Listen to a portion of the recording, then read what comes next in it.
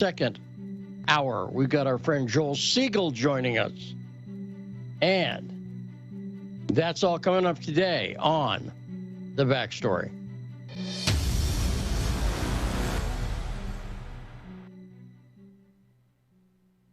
And apparently I've done something to screw up my video, but so anyone watching on a video, you know, good luck. Well, because here's what it was. I was working on the video stuff. I said I had a productive weekend, and I did, but I'm still not quite, you know, it's one of those things where I need Saul will, our multifaceted engineer Saul, I think will be able to relate to this. Saul, tell me if you relate to this. You know, sometimes everything's working, but you need a little doohickey, and it's cheap, but without that doohickey, stuff's not working. You know what I'm talking about, Saul? Yeah. Oh, yeah. Yeah. So, Saul does, yes. And, John, what were you saying? Yeah, I'm agreeing. Sometimes things just get screwed up. I've got thousands, I dare say, possibly at this point, dozens of, well, 10,000 maybe, 5,000 maybe. Probably 5,000. If I add up the computer and everything, I've got a good deal of equipment here. But sometimes it's one little doohickey. Like right now, I'm missing a freaking cord. One stupid, it's not even a rare cord, John. It's not even something that only video nerds have heard of. Like, John, let me ask you, watch. Do you know what a BNC cable is? Ooh, no, sorry. You know, whenever I need cords like that, Saul advises me what I need, and in most cases, he'll send me a link to the cord on Amazon, and then I just buy it. No, that's a good way to do it. Unfortunately, I'm on my own here. Now, Saul, right. Saul, you know what a BNC cord is, of course, right? Okay, that's not even what I'm missing. This is the sad part. A BNC cord, that's kind of fancy. That's a pro, a lot of professional equipment uses it. I'm missing, have you heard of these USB cords, John? Yeah. Of course, everyone has. Yeah. Your dog has, everyone. Sure. I'm missing, and it's not even a tricky BNC cord. It's an obvious one. Now, while we're talking about the holiday, or while I'm ranting about a cord, there were a lot of flights canceled. Did you fly anywhere? No, thank goodness. And, my original plan was that I was going to fly, and I was going to rent a U-Haul and then drive back, but I didn't at the last minute. I drove up. There was zero traffic, which kind of surprised me. It's normally an 11-hour drive for me, and I made it in 8 hours. It was crazy. Yeah, well, and crazy in a good way. Yeah, in a good way. Let me explain. Part of what's going on is it's not just the flight. They had like 2,000 flights canceled today, just today in the U.S. Yes. So far, there's something like 8,000 flights, and that might be globally, but 8,000 flights so far canceled just for the holiday. Well, that's what I was going to say. It's over. Yesterday it was over 8,000. So today it's over 10,000. And that is globally. And my point here is that this is not merely a U.S. phenomenon. Apparently, because of this COVID-19 thing, which we'll talk about a bit later on, and we'll talk to Jeff Halper about it because he's in Israel, and Israel has not escaped the COVID-19 thing. In fact, Israel banned U.S. people from going in to Israel last week. You saw that, right? Yeah. They really cracked down hard. No room at the inn, Taiwan, or not Taiwan, but so did Hong Kong. If you saw that news, Hong Kong has been trying to get through this with zero infections, and what they've done is they've driven all their business out of Hong Kong. Right. Good. And here's the point. And this is what, in his slight defense, what President Biden is trying to do, obviously, is not do a complete lockdown, which would be not just bad for business, because whatever, in a sense, but bad for jobs and everything else that goes along with business. That's why I said whatever, kinda. In other words, here's what I mean by that. If the COVID-19 thing had the effect of shutting down Wall Street, let's say, bully for them, I say. Now, by the way, in New York, speaking of that, today is the first day that if you work somewhere, you have to be vaccinated. You saw that, right? Mm-hmm. Mm-hmm. Now, here's what was weird about it. And it seems to me like this is the kind of what I will call bureaucratic stupid that is going to, because a lot of people are seeing, I believe it was Daniel Lazar on a week or two ago, who said he had seen the numbers and that, in fact, Biden is getting decent marks for how he's handling the COVID-19 thing. That's, you watch. His polling numbers are about to start sinking on that because it's obvious he doesn't know what he's doing. Well, and did you see the funny comment that Trump made a couple of days ago? I guess it was the day before Christmas, where he said that he wanted to criticize Biden, but Biden complimented him on his handling, Trump's handling of the crisis, and so he kind of couldn't criticize Biden. Yeah, well, here's the other thing about this, and people don't like to hear this, but it's a new situation.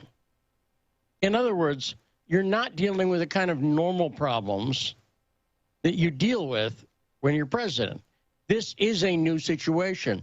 And for everyone out there who's like, well, I've said it before, I'll say it again. This is not just happening in the U.S. And you need to look at the fact that I don't know, is there a single country on the face of the earth now, one of them, John, where the leadership of that country does not take this seriously? No. I'm not saying everybody in the world. Yeah, everybody in the world's taking this seriously. Yeah, and I'm saying some of them have different ways to deal with it. But in New York, today's the first day. If you have a job, you have to be vaccinated. Here's the part that I'll call bureaucratic stupid. Tell me if you agree. They've said, but you only need to have had one vaccination so far. And you've got 45 days to get the second one, unless you had the J&J vaccine, right, which is a one-shot vaccine, in which case you don't have to do that. But it's already, even explaining it to you, John, gives me a small migraine. Yeah. Because here's the thing. If you're not vaccinated now, yeah, you're likely not going right? to get vaccinated. Right, exactly right. And it's not like they just sprung some people and said, starting today. They'd warned people. Now, the other thing is, I talked to a friend of mine over the weekend. Do you know anyone who's currently got this Omicron COVID thing? You personally? Yeah, I know, 4 people now. Okay, so I was talking to a friend of mine. Only one of them is really sick. They're all vaccinated. Yeah, and one of them has like a mid-grade fever and cough and body aches and all that stuff. It feels like the flu. Everybody else has either no fever or cough or anything, or just they're a little bit uncomfortable, like a cold. Well, and my friend who got it, here's what's interesting about it.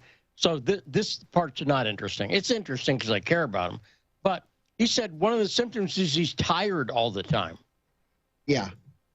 He's just tired.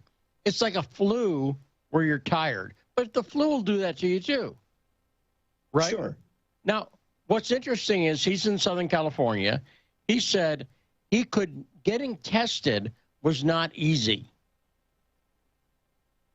Now, one of the reasons I say that Biden's approval rating is going to start to plummet, you watch, is that, remember when he said he did it was last Tuesday, I believe. He said, we're going to have 500 million tests. Remember that? Right. That was a big deal. Well, apparently, John, he didn't talk to people who make the test. Because they're going, wait, what? Hey, we will? And they're not ready. They're telling him, maybe you shouldn't have made that speech first. because they're having trouble keeping up with the current demand. Have you seen that? Oh, yeah. Yeah, they said that it's going to be nearly impossible to get it before the end of the year. Now, 3 or 4 months into 2022, where production is finally online and we figured out the supply chain issue, then okay. But right now, they're just not going to be available. And here's the thing. No one made him say it. He's the one who set up the expectation. Right? Right. That was an unforced error. He should have, someone who works for him, someone should have said, no, you don't want to put that in the speech. Yeah, we talked. Exactly. They're not ready. Am I correct? I'm not blaming him, except for not hiring people who check out his speeches. Does that make sense? Right. Yes. Yes. And that's not the only issue. And the supply chain issues continue. And you know what? Here's what's... I'm going to make a bold prediction, John. Here's what you're going to see running the COVID-19. It's already feeling like that. Like you go stand in that line. You stand in that line for 3 hours, then you get up to the front. And they say, oh, no, you got to stand in that line. Right. And then at that point, there's no one to complain to. But this is what I'm saying. I can see it already. A lot of the people... The reason 8,000 flights have been canceled is a lot of flight attendants and crew aren't showing up. And you know what? It could be some of them aren't showing up because they were mandated to get vaccinated. And then you've got, did we get that? Did you get our intrepid producer, Rod? Do we have a Fauci quote? I didn't see that. Yes. Okay. So let's play it real quick. And then we'll go to Jeff Halper. Let's play the Fauci quote real quick, Saul. They were suggesting that there really isn't much of a need for a mask on an airplane. Are we going to get to the point where we won't have to wear masks on airplanes? I don't think so. I think when you're dealing with a closed space, even though the filtration is good, that you want to go that extra step. There we go.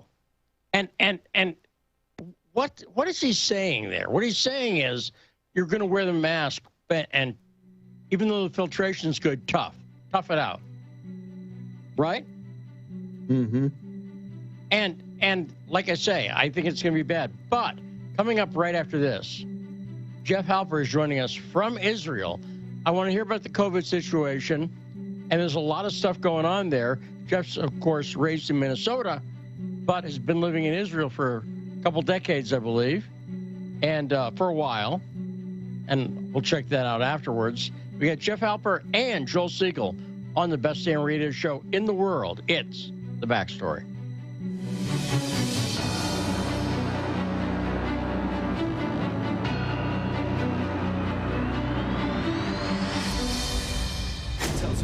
Want to talk? Get in touch with us at radio@sputniknews.com. So, Sean, what do you want to talk about today? Well, Bob, that's easy. I want to talk about the need to stop the development of self-driving cars. Again, Sean, you're driving me nuts. I think the self-driving car thing's already out of the gate. No, it's never too late. See, now the leading experts in the field, I mean, just pick one, whichever one, leading experts have repeatedly warned us about the dangers of artificial intelligence. Look, I'm telling you, man, we have to stop the robots by any means necessary. I see what you did there. Yep. Tune into our show By Any Means Necessary daily from 2 to 4 p.m. Eastern Time on Radio Sputnik. And don't forget to call in at 3:20 p.m. to our studio number 202-521-1320. And if you miss us live, check us out on SputnikNews.com, Spreaker, iTunes, iHeartRadio, Spotify, or wherever you listen to podcasts and stay up to date on the latest political, social, and economic movements shaping the world around us. Feeling kind of blue, but maybe also kind of red, and kind of purple, and kind of alone? You've got a friend on Radio Sputnik. Tune into Political Misfits from 12 to 2 Eastern Time, Monday through Friday, for news, politics, and culture without the two-party bias. Catch us daily on 105.5 in Washington, D.C., or 102.9 or 104.7 in Kansas City. Or find us on Twitter, Facebook, YouTube, Spotify, or wherever you get your news. Are you bored? Are you lonely? Do you need a hug? Well, we can't give you that, but we can keep you up to date on Radio Sputnik.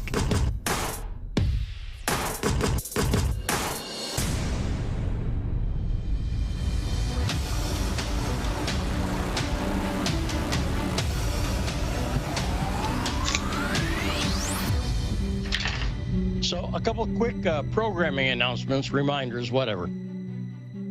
We will not be on once again this Friday, as we were not on last Friday, because New Year's is coming up on Saturday. So we're not on Friday. And 105.5 FM AM 1390 in Washington, D.C. is where we are. And I think that's it. I talked to my son Shane today. He's apparently they're off until next year over at Fault Lines. That's a pretty sweet deal. Yeah, that's pretty good. So anyway, so if anyone's missing them, hi. You know, I'm not as young, but I have the same last name, and that counts for something. Joining us now from Israel, our friend Jeff Halper. Hey, Jeff, how you doing? All right, great. How are you guys doing? Great. Welcome back. Good to be back. I'm good, Jeff. No, I was fumbling over it. How long have you been in, and again, you're originally from Hibbing, Minnesota, correct? Correct. Okay, and how long have you lived in Israel now? 50 years. Wow. I'm up for parole any day. Wow. Okay, so let me ask this. Let's do this first, because we were just talking about the COVID thing.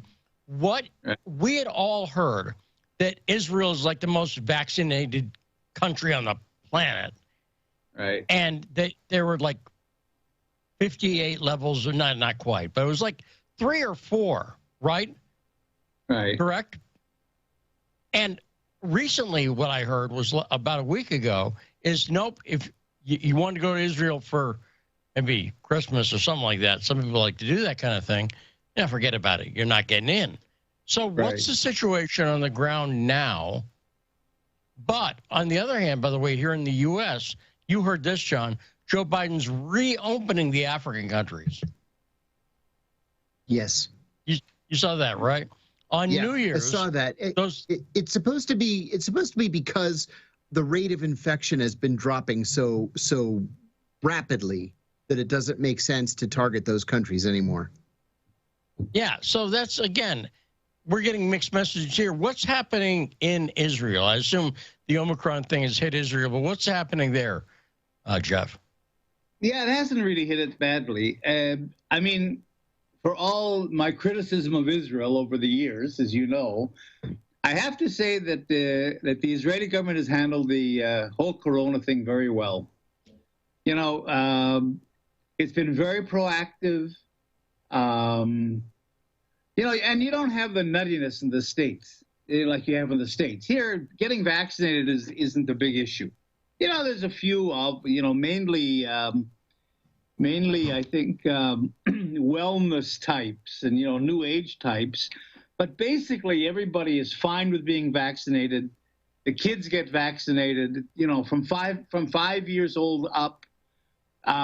Everybody has 3 shots. Now, people like me that are getting older are going to be eligible for another booster shot, because apparently, you know, this is a kind of a disease that needs a booster once in a while. And because there's no real opposition and the government is very proactive and the medical community is very central to the whole thing, Israel has really managed to keep this thing under control. You know, everything's open. I mean, you have precautions. You know, we do wear masks when we're inside, you know, restaurants or things like that. You know, common sense things. So basically, and it's true, I think, also in the Palestinian areas, that the COVID has really been kept to a minimum. It's below 1% in terms of the infection rate. And what about plans for the near-term future? Are the Israelis talking about cracking down harder in the face of this this variant, or the fact that variants seem to keep changing, or are the Israelis talking about maybe lightening up as Omicron begins to dissipate? What are the plans? Well, I mean, they're not. I mean, they're lightening up in a sense. You know, there's no lockdown in sight, and things are pretty much, you know, here and there. You know, you still have red cities in terms of infection rates, and so there's issues with kids going to school. Sometimes some kids are on Zoom. You know, it's a very fluid situation. It's also a very small country. You know, so I mean, it's easier to manage everything. The airport is closed for the most part. You know, you cannot get into Israel for the next couple of weeks. You know, so I think the precautions are fair, maybe a little bit too much, but they're fairly common-sensy, and I think, you know, it's very fluid, and Israel kind of goes with the flow from that point of view. Now, Jeff, you know, so you brought up the Palestinian areas there, and I want to talk about, you know, Desmond Tutu, of course, passed away over the weekend, and John, he'd been actually diagnosed with cancer like 20 years ago. That's right. Yeah. Right? Yeah. Yeah, so, very long time ago. Desmond Tutu, and you'll see this hooks right back in Israel in just one second here, Jeff.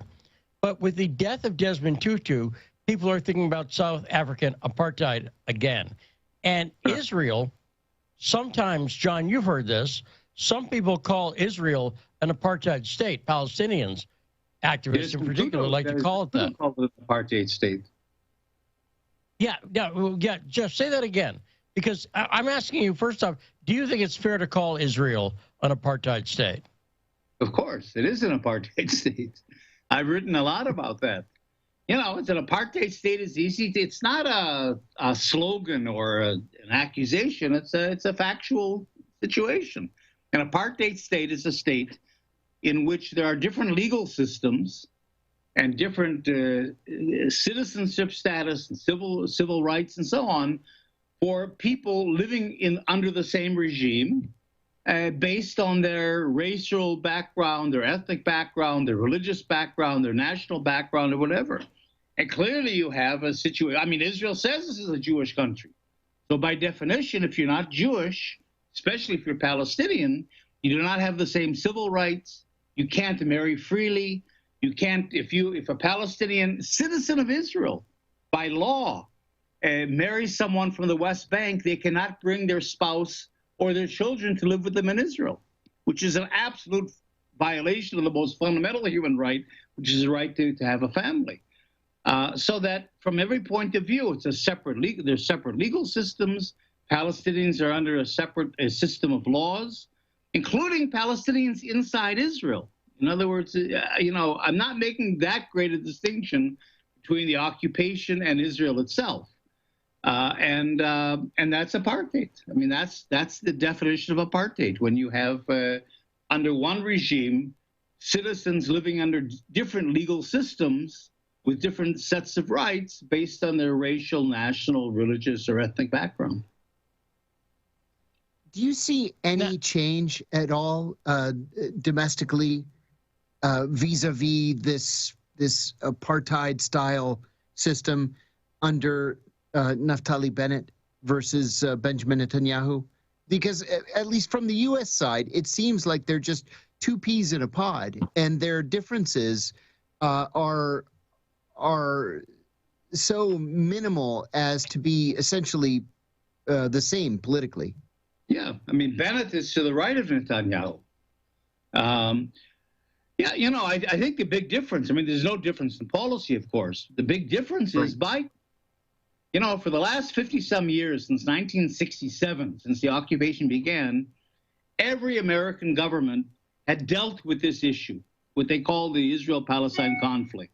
You know, there's been negotiations, there's been all kinds of shuttle diplomacy, there's been pressures, there's been, you know, every single administration, including Trump. Now, most of the American administrations were mildly critical of Israel, Obama was a little more than mildly critical. I have to say the most critical president of Israel was George Bush the father. It's funny that you say that. The Emir of Bahrain.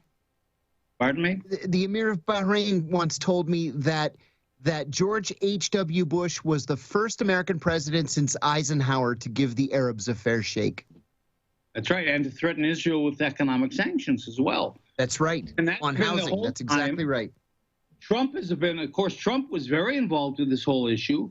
On the other side, even more pro-Israel than the other administrations, but nevertheless, it was a very central issue for the American government.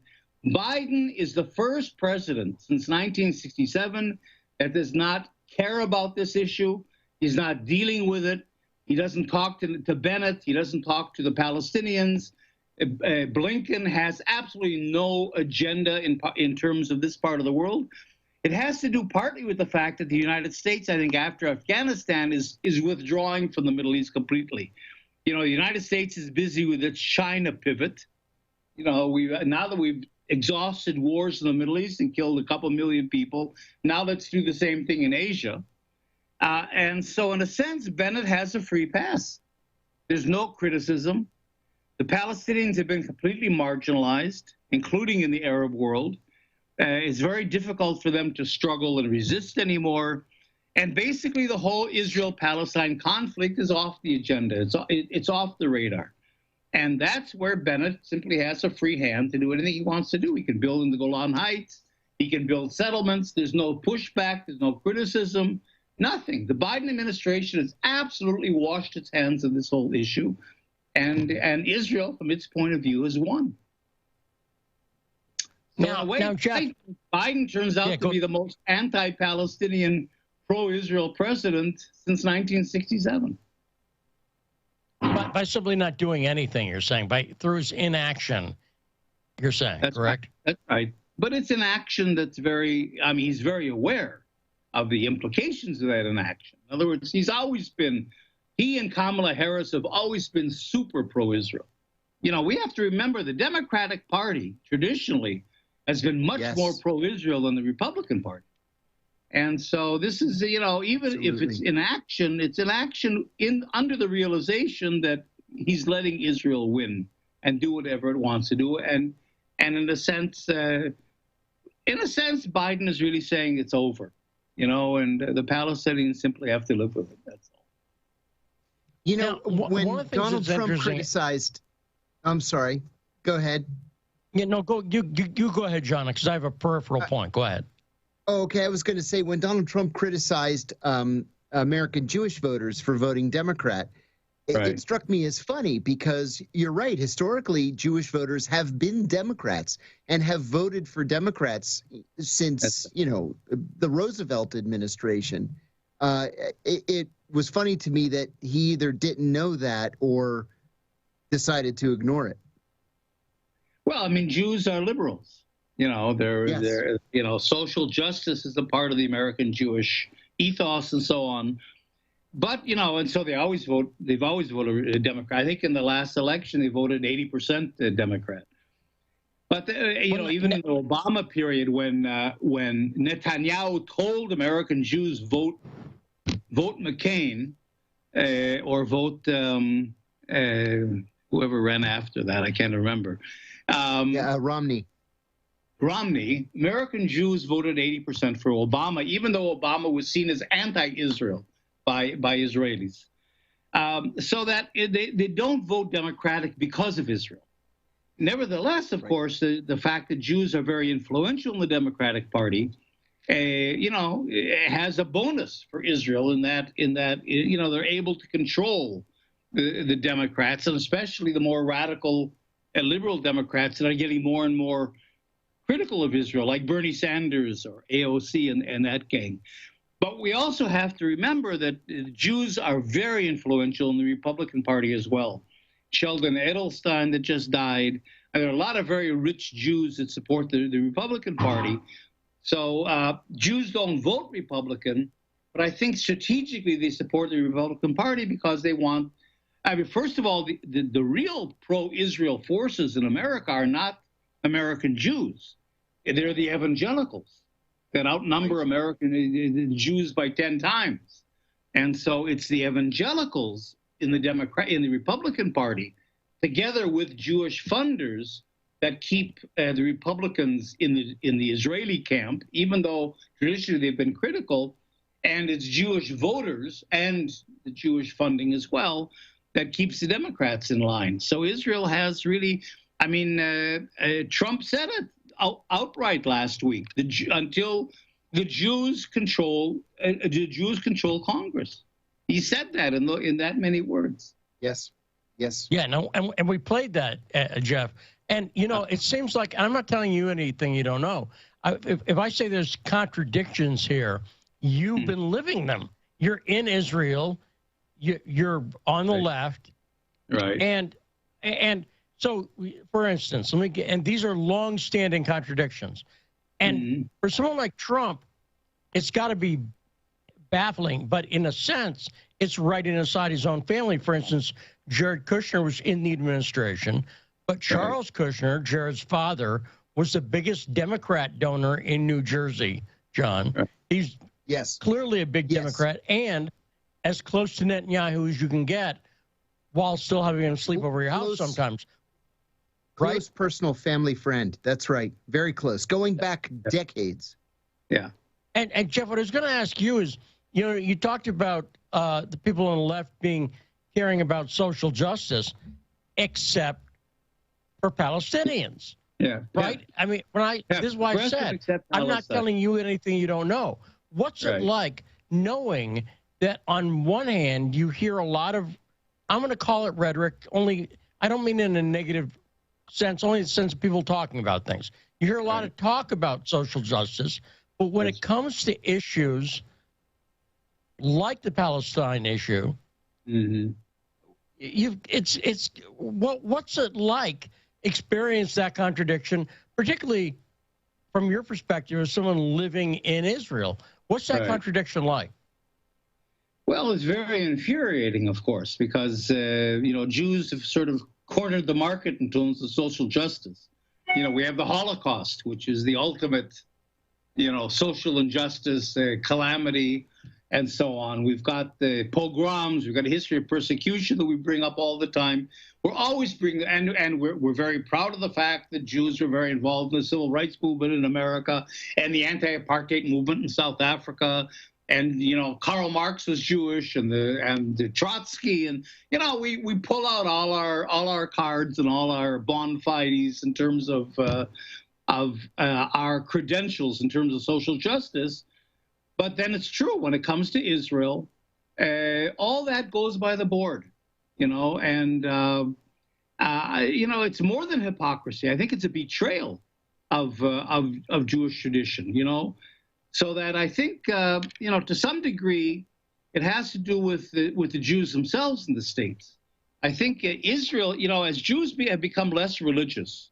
I mean, probably 90% of American Jews aren't religious and don't go to synagogues and so on. And as they become more American, and as in the Holocaust, the center of Jewish life in Eastern Europe moved to the U.S. after the Holocaust, I think Israel has become the linchpin of American Jewish identity. In other words, what keeps them Jews, the only thing that keeps them from being WASPs, basically white, normal Americans, is the fact that, you know, is Israel. And so Israel has become this central linchpin. Well, if it's the linchpin of my identity, it's what keeps me and my children Jewish, at least in a minimal way, I can't criticize it. Because if I criticize it, if I lose Israel, in other words, if Israel all of a sudden doesn't become this positive, wonderful center of my Jewish life, what do I have? So it's very threatening. I think that's why criticism of Israel is so threatening to Jews. Peter Beinart just wrote an article in Jewish Currents that said the interesting thing about the most pro-Israel voices you hear, whether it's AIPAC or there's Barry Weiss or, you know, all these pro-Israel Jewish voices, is they never talk about Israel. You know, they're always talking about anti-Semitism and things around, you know, that have to do with the American Jewish community. So I think the fear of American Jews is if they know it. if they really admit to themselves that Israel's an apartheid state, that the Jews in Israel are the new Afrikaners, this is an oppressive society, that it's betraying everything Jewish and Jewish history, then they lose that center. They lose Israel, and there's nothing to replace it. They don't have a religion anymore. They don't have, in a way, a validated Jewish life in America anymore, partly because of Israel. Israel has always said, no, no, no, you're not really American Jews. You're really Jews, proto-Israelis, and you have to come here someday. So in a way, they replaced their American identity to some degree by an Israeli-centric identity. And there is in the young generation, I just have to say without giving a lecture, in the young generation, I think there is of Jews, there's a rejection of Israel. And what's happening then is that young American Jews are starting to reclaim their diaspora Jewish identity. You're beginning to have Yiddish language programs in universities, Jewish studies programs, Jewish film festivals, Jewish musical festivals, klezmer music. In other words, I think Jews are beginning to defy Israel and reject Israel, but at the same time, they need a new center of their Jewish life. And I think young American Jews are beginning to build a new center based on validating their own identity as diaspora Jews. So it's very interesting things happening in the Jewish community, and that frightens Israel. You know, Ron Dermer, who was the Israeli ambassador to the U.S. In the Trump era, said a couple months ago, we've lost the Jews in America. Israel has lost the Jews. All we have left are the evangelicals. Well, that really is significant, I think. Well, tell us a little bit about that, about evangelical support for Israel, because there seems to be a split developing now among evangelicals. So many evangelicals threw their lot in with Netanyahu personally. Netanyahu as a individual, they don't necessarily like Bennett. They don't see him as committed to the return of all of the world's Jews to Israel as Netanyahu was. What do they think about the evangelicals in Israel? You don't really have evangelicals in Israel. No. I mean, in Israel, what do the Israelis think about evangelicals? American evangelicals, you say. They have no idea who they are. They don't know anything about evangelicals. They don't know anything about that stuff. But it's the same kind of a thing. If the Jews are using Israel, because it's the linchpin of their identity, and they need Israel for that, the evangelicals are also cynically using Israel. They're using Israel as a way to bring upon Armageddon, the end of times. Yes. And remember, in the end of times, the Jews die, or they convert to Christianity. So the very basis of their support for Israel, the evangelical support, is anti-Semitic. It's building on a messianic scenario, an end-of-day scenario, in which the Jews die. So it's not really pro-Israel. It's simply that Israel is this vehicle towards their biblical vision. So both the Jews, both pro-Israel Americans, whether they're Jews or evangelicals, both use Israel for their own selfish purposes, and they don't really care about Israel. They don't know what's happening in Israel. They don't want to know what's happening. It's simply a kind of a self-contained, selfish exploitation of this country. Yeah. I find it very cynical. Thanks so much for a fascinating conversation, and great to have you on. I want to turn it back to South Africa for a quick second, because with the death of Desmond Tutu, it's all over the media. But I've not heard one story yet talk about that one of the effective tools against South African apartheid was BDS, right? That's right. The BDS movement is part of what, John, is that fair to say? Is part of what took down South African apartheid. That's right. Yeah. Israel is scared to death and fighting mad about seeing BDS against Israel. And in the U.S., they've done a full court press in the past few years. Jeff, in the final minutes we have left, why do you think Israel is so frightened of the BDS movement? I think because BDS does, in fact, give people a way to express their opposition to what's happening here. You know, it's the only effective, you know, you can do something. And I think, you know, it damages Hasbara, it damages Israel's PR campaigning, and especially among American Jews. You know, the Jewish Voice for Peace, for example, is probably the largest growing Jewish organization in the U.S., and it defines itself as anti-Zionist and supports BDS. So that's threatening. The problem with BDS, and I want to say this in the last 30 seconds, is that BDS was very effective in South Africa because it was tied to a political end game. Why were we BDSing in South Africa? For what? One person, one vote. That was the end game. You don't have that in Israel-Palestine. Why are we BDSing? Well, we're against the occupation, we don't like Israel, this or that, but there is no end game. That's why I'm involved in the One Democratic State campaign that says if the two-state solution is gone, we have to have a political program. We can't just have people, you know, not buying Caterpillar bulldozers and Ben & Jerry's ice cream forever. You know, and that's what we're lacking. And that's what we're working with the Palestinians on, is to try to formulate a political program that then, like South Africa, we can say BDS for this political program. That I would like to see BDS for one democratic state in historic Palestine. But that's a big difference between BDS in South Africa that was political and BDS today, which falls short of being political. Well, Jeff Halper, fantastic segment. Thanks so much for joining us. Stay safe over there because, you know, the COVID thing. And even though it seems like you said, there's a travel ban. But, John, it does seem like the cases are falling off. So, Jeff Halper, great segment as usual. Thanks so much. Have a great New Year. If we don't, I'm sure we will. If we talked to you before then, our intrepid producer, Rod, has really had trouble getting guests this week because it's rare, John. Not that we wouldn't mind having Jeff on more than once in a week, but fantastic appearance. Thanks, Jeff Halper. When we come back, 45 minutes, 15 minutes at the end of this hour, then the next half hour where we take your calls, 202-521-1320 on The Backstory.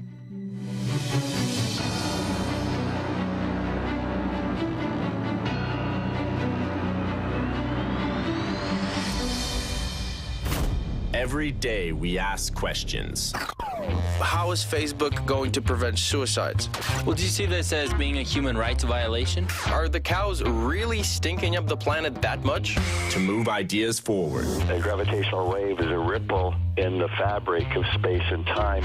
I don't think the launch of the satellite proves anything at all. Where do good ideas come from? We connect with independent thinkers, hear their ideas, and create stimulating debates on real issues. The Dow is in a correction. As I said, commodities across the globe are collapsing. Why is that the case? Because we are in a global recession. That is set to change because Iran has approximately about 50 million barrels, which it had put in storage during the height of the sanctions regime, and that's ready to be released as soon as possible. Where is the money? The super rich individuals and the world's biggest companies are able to hide money in tax havens. Is there a solution to the crisis? No, because I don't think anything useful has come out of any of the policy reform discussions with respect to financial reform. They give us answers we aren't always prepared for. What are the chances that the report would make the Israeli authorities to review their policies towards the Palestinians? Oh, probably zero. This recession will be even worse than it was in 2008. But that would be the nasty way for it to happen, you know. But because of Guantanamo, the U.S. is no longer taking so many prisoners, so instead of taking prisoners, they kill people. A lot of people think that he's now unelectable and a bad leader. Wow, there's just so much information to take in. Pay attention, there'll be a test on this later. Taking notes. Welcome to the show.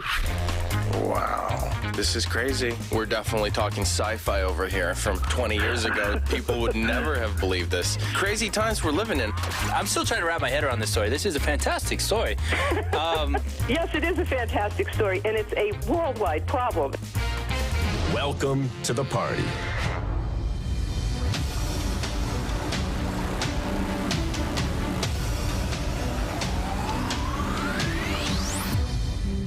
And we are back. And taking your calls, 202-521-1320. I see Treef on the line. Treef, I'll get to you in just 1 second. You know, John, one of the reasons I was thinking about this, and it was a fantastic segment with Jeff Halper. Excellent. Excellent segment. Good guy. And good guy, and I'm serious, too. Watching all the news about the death of Desmond Tutu, first off, I'll bet there's lots of people Shane's age. Shane's almost 30, not quite. But I'll bet people Shane's age and younger, most of them have no idea who Desmond Tutu is. That's my guess. You're right. And you're right. And at the time of the fall of apartheid in South Africa, he was a giant, like a global giant. Yes. About as well known as Nelson Mandela. About. That's right. That's right. And the other thing was, I was watching, have you seen the Al Jazeera documentary? There were 2 seasons of it called The Lobby. No, I don't think I did. It's tricky to find. You might be able to find it on Al Jazeera's website. You can find it on YouTube, but it's tricky. But it's called The Lobby, and it's about the steps that Israel took to stop the BDS movement, both in the United Kingdom and here in the U.S. And it's about 8 episodes, 4 in the UK, 4 here. And it was really well done. And it's the kind of thing, if you're on the right and you like and appreciate the work that James O'Keefe does, which 60 Minutes and other journalistic enterprises used to do, which is they do a hidden camera. Alan Funt used to do it on Candid Camera, but it wasn't quite the same thing. Yep. But doing that sort of, getting inside an organization and then doing videotaped interviews with discussions with people where they admit things that they don't admit publicly. That kind of thing, right, John? That's what The Lobby is. Yeah, and interesting. It's fantastic. And by the way, the restaurant that's right around the corner, Marivana, forgive me, not Marie, Mari. You know, the Russian restaurant right around the corner? Yeah, I hate that place, yeah. Oh, really? See, I like it, but okay. I've had nothing. No, what's your? You not like the stroganoff, or what's your? It's. You must have. I shouldn't compare it to Russian restaurants in New York, but I do, and it's expensive, and the food to me is kind of pedestrian compared to other Russian food I've had. I just, you know what? When I go there, I just don't feel like I got my money's worth. Really, I like it. I like it. And probably the last good date I had with my future ex-wife was at that restaurant. But it's in The Lobby. The only reason I'm mentioning it, one of the places they go to lunch is there. And I'm like, oh, I know that place. And I know a couple people in that. But here's what happened. Israel was not happy with the BDS movement because in the United States, it was being spread on campuses. Students for Justice in Palestine and so on.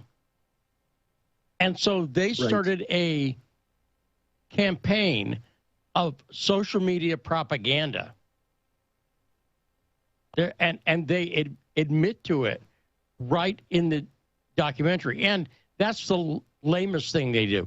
But the stuff that Russia was accused of doing in Russiagate, of buying ads on Facebook, Israel was... The people say we're getting direction from the embassy.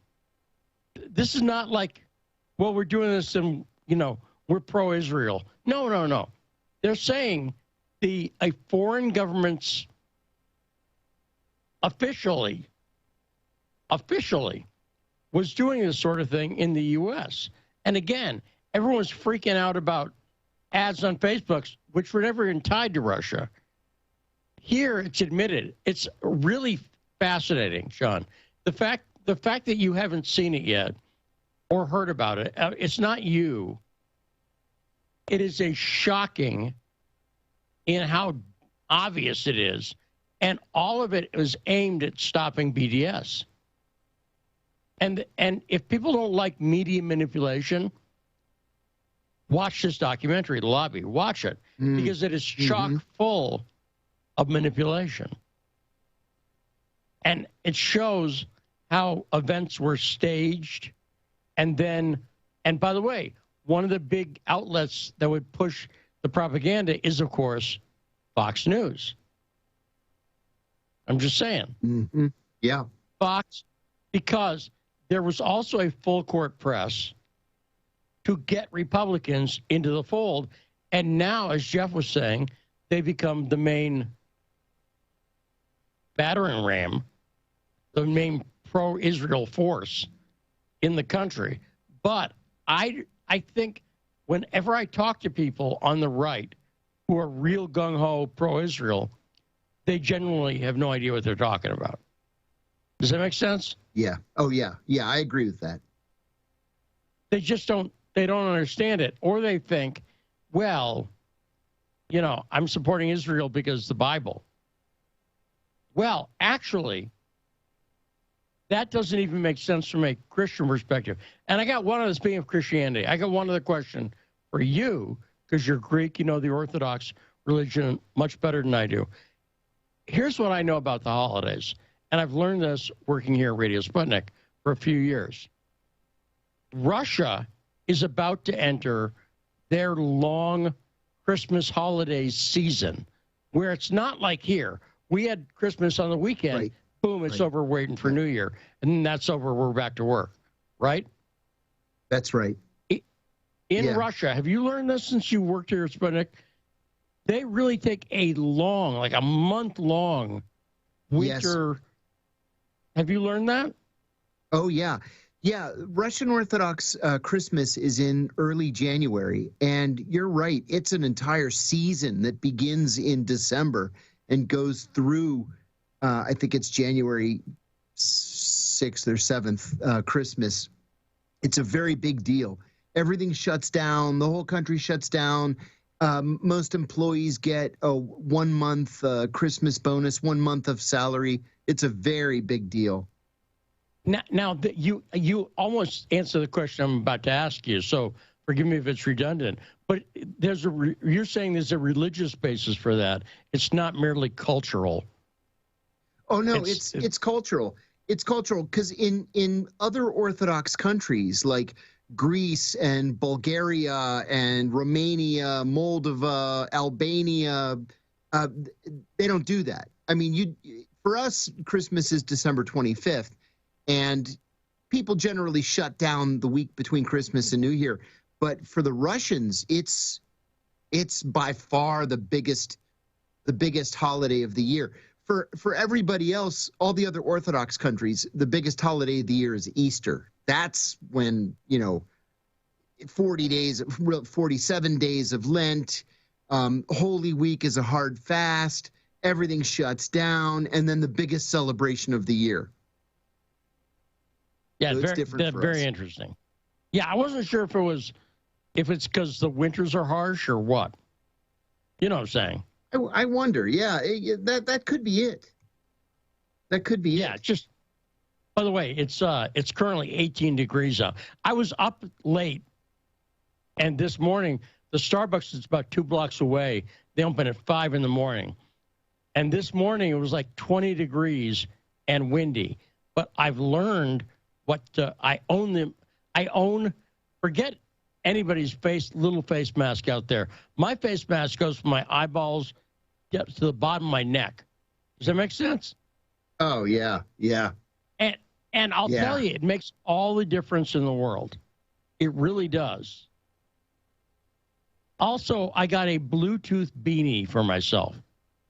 So, no, I'm serious, and it sounds dorky, and I don't care.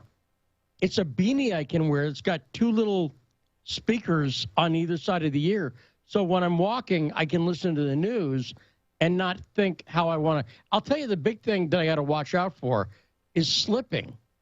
Is I can see barely. I can see the sidewalk as a sheet of ice. Oh, yeah. And I'll tell you my big concern, and I may jinx myself, but we'll see. Sharif, I'll get to you in 1 second. My big concern is that, so I walk up the street, then I take a left on 41st, and the Starbucks is right there. Now, 41st Street is the busiest street in South Dakota. Not just Sioux Falls, the entire state. It's where the mall is. There's a lot of shopping. And what that means is at 6 or 7 in the morning, there are people who get up and go to work, right? Right. My concern is that I slip on the ice and then I sort of butt slide on the ice right into the street. And here's the thing. Oh, man.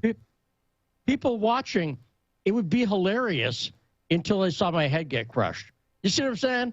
But it would be funny up to that point. I'd even be laughing. But that's my main concern. Man. Is like I don't want to slip on the sidewalk and then keep going right into the street. And there's no, it's a sidewalk. There's no let's save Lee barricade there. So I just try to avoid that. And then if I can avoid that, then I'm safe. Anyway, we got to go. When we come back, top of the hour, we'll get to Sharif right away. And we're taking your calls, 202-521-1320. It's The Backstory.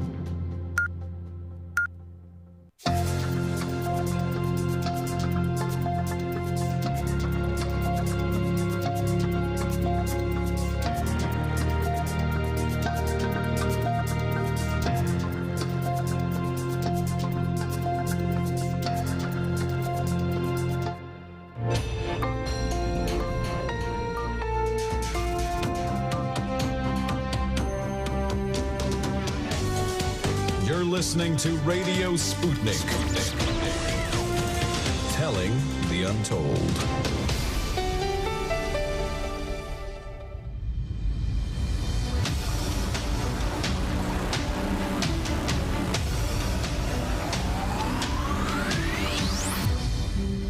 And we are back. It is time for the second hour of a shortened week here, because we're off Friday, of the best damn radio show in the world, the show that brings you the truth behind the headlines.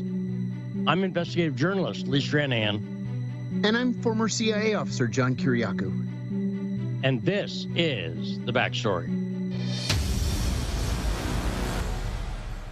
Once again, want to thank Jeff Halper joining us this hour at the bottom of the hour.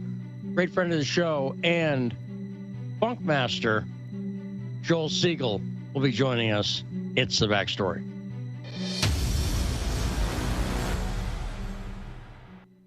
So we pushed it a little too long, but I want to make sure we had enough time for 202-521-1320. Our friend Sharif. Hey, Sharif, what is on your mind? Thank you. Thank y'all for taking my call for the day. First, I'd like to say free Julian Assange, and also I'm going to say this every day. John F. Kennedy and Cecilia Fulber investigated that Fucci. Robert Kennedy Jr., right? Because JFK, that'd be big news. Yeah. Robert F. We're still waiting for him to come back in Dallas, by the way. Yeah. Robert F. Kennedy Jr.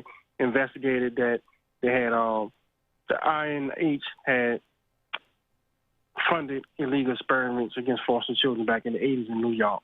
I'm about to say that every day. My two comments is this. China just signed the Belt and Road Initiative deal with China. I mean, Cuba and China signed it. I think December the 25th they did it on Christmas. My second comment, they got to make numerous purchases dealing with the gas coming from Gazprom into Germany. I found that Germany is 7 firms in Germany is buying the gas offshore and selling it back to Ukraine and Poland and Germany, making increasing their profits 7 times. You know, and Chuck Schumer and Ted Cruz is going to try to put new sanctions on Gazprom too, but it won't make a difference because a second pipeline that's going to cross over Mongolia into China, which they already have one already going into China coming from Russia, is going to divert a whole bunch of gas to China. So it's going to go from 38 million cubic barrels a day, volume to 50 million cubics a day to China. So Russia won't be too much affected by the new, if the new sanctions pass against Gazprom too, if it goes in effect in the next coming weeks. So, well, you know, so Tarif, you're making a good point. As usual, you're bringing up a subject I wanted to talk about a little bit.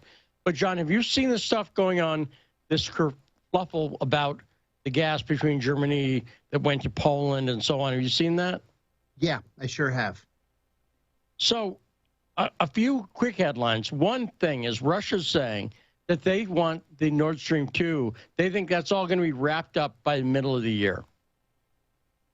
In the meantime, Germany and Poland are kind of accusing Russia of withholding gas from Europe.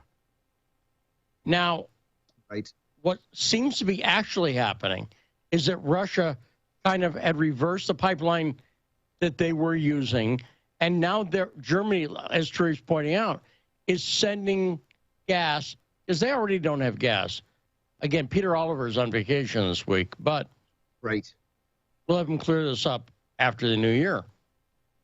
It seems like Germany was sending, and then because it's fashionable right now to blame Russia for everything, right? They're trying to say, because they don't want people to see what Terry pointed out, which is Germany's doing it to make buku bucks. By the way, something the Germans have proven quite good at in the past few decades. Yeah. That's why, you know, they're funding so much of the EU, and they're not happy about that either. You always hear them complain about Greece, for instance, John, because, right? Correct? And it's the Germans who are part of that complaining because they don't feel, the northern countries like Germany don't feel like the southern countries like Greece are pulling their weight in the EU. That's the short version, correct? Does it sound right? I think that's exactly right. I'm not taking sides on it. I'm saying. No, it's just an observation. That's just the way it is. Yes, and it's something that they complain about. And so this they're trying to put off on Russia, right? Now, I'll tell you the weirdest headline that I saw or listened to, actually. I heard it on 2 different news sources. In Russia, and I want you to think from a narrative perspective what they're trying to say with this. There's a guy, I forget his name, but he's a historian, and one of the things he's dug up is stuff about what happened during the Stalin era, right? Now, let me stop right there. Do you see any reason whatsoever that if Vladimir Putin would go out of his way to defend Stalin at this point in history? No. Have you seen all of the reporting in American media about how Russians have this sentimentality for Soviet days and how badly they want to go back to Soviet days? I think this is all an invention of the American media. I did a piece that ran a couple of days ago in Consortium News about this New York Times article last week saying that the Russians are preparing their country for war with the United States by doing cynical, terrible things like teaching history in the public schools. They're actually teaching their children history. And one of the things that they're saying is that Russia is surrounded by enemies. And it said, well, that's what the Soviets used to say in the 40s, that the Soviet Union was surrounded by enemies. And I said, so listen, Lithuania, Latvia, and Estonia are now in NATO. Poland's in NATO. Romania's in NATO. Bulgaria's in NATO. The U.S. has a military base in Kazakhstan. There's a U.S. military base in Tajikistan. There's a U.S. military base in Kyrgyzstan. They are surrounded by enemies. And have you ever gone into a U.S. public school? We're all taught about our glorious military campaigns in the Revolutionary War and the War of 1812 and the French and Indian War and the Spanish-American War and World War I, World War II, Korea, Vietnam, Desert Storm, Afghanistan, Iraq. My God, everything the New York Times was describing was not Russia, but it was what happens in the United States. And that's not even raising the issue of the Pentagon spending $100 million, and this is a fact, $100 million a year to sponsor sporting events, you know, free tickets to our wounded heroes, flyovers of the big game, the giant American flag that goes on the football field at halftime. All that stuff costs money. We do that. The Russians don't do that. It seems to me like we're preparing our public for war, not the Russians. Well, and with Stalin, we're talking ancient, almost 100-year-old history. So what the story is, and again, that's right. I heard it on 2 different outlets. There was this guy who's a historian who'd done work on that, and he'd exposed things about that. And he was sentenced to 15 years in prison. He'd previously been sentenced to 13 for the accusation was that he molested a child. And they added to that sentence because they found pornography and a weapon, child pornography, on his computer. And what the story implied, and I know how to read the news, I'm not making this up. They said, and he, you know, exposed stuff about Stalin. What they're implying is that the current Russian government, as revenge for this guy exposing stuff about Stalin, has made up charges. I want you to ponder that for a second. Like, for instance, let's say there was a historian in the U.S. who had reported on the Tuskegee Airmen. Right. Right? Now, right. That's a shameful chapter in American history. Dark chapter. Yep, it sure is. But you know what? I don't think the government would plant child porn on that guy. Does that make sense? No. Yes. I think if they find child porn on that guy's computer, whatever he did on that one story, they found child porn on his computer. You don't get a pass. And so this guy exposing Stalin, it's pretty obvious, as they say in the big house, the guy was short eyes. And, right, that's what I heard that's what they say. Yeah. I don't know. Does anyone actually say that still?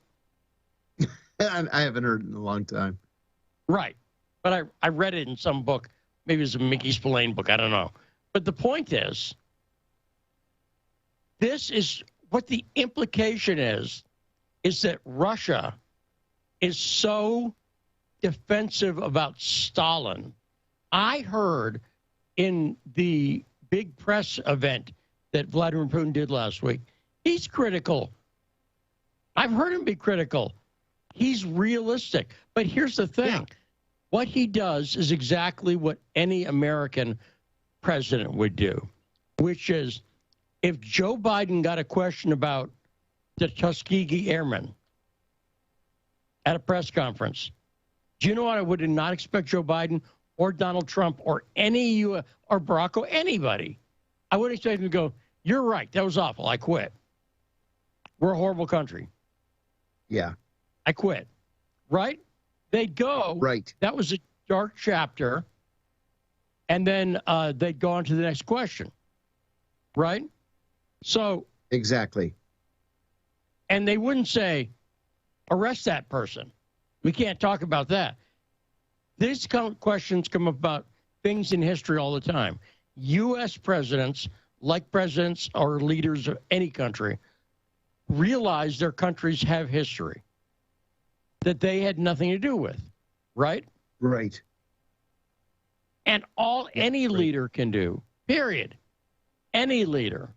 Imagine being the head of Germany. And someone raised their hand and goes, yeah, I have a question about the Holocaust. Right? That's a dark chapter. Okay? Mm-hmm. You talk about dark chapters, and that one's been pretty covered, right? So right. I find it very interesting the U.S.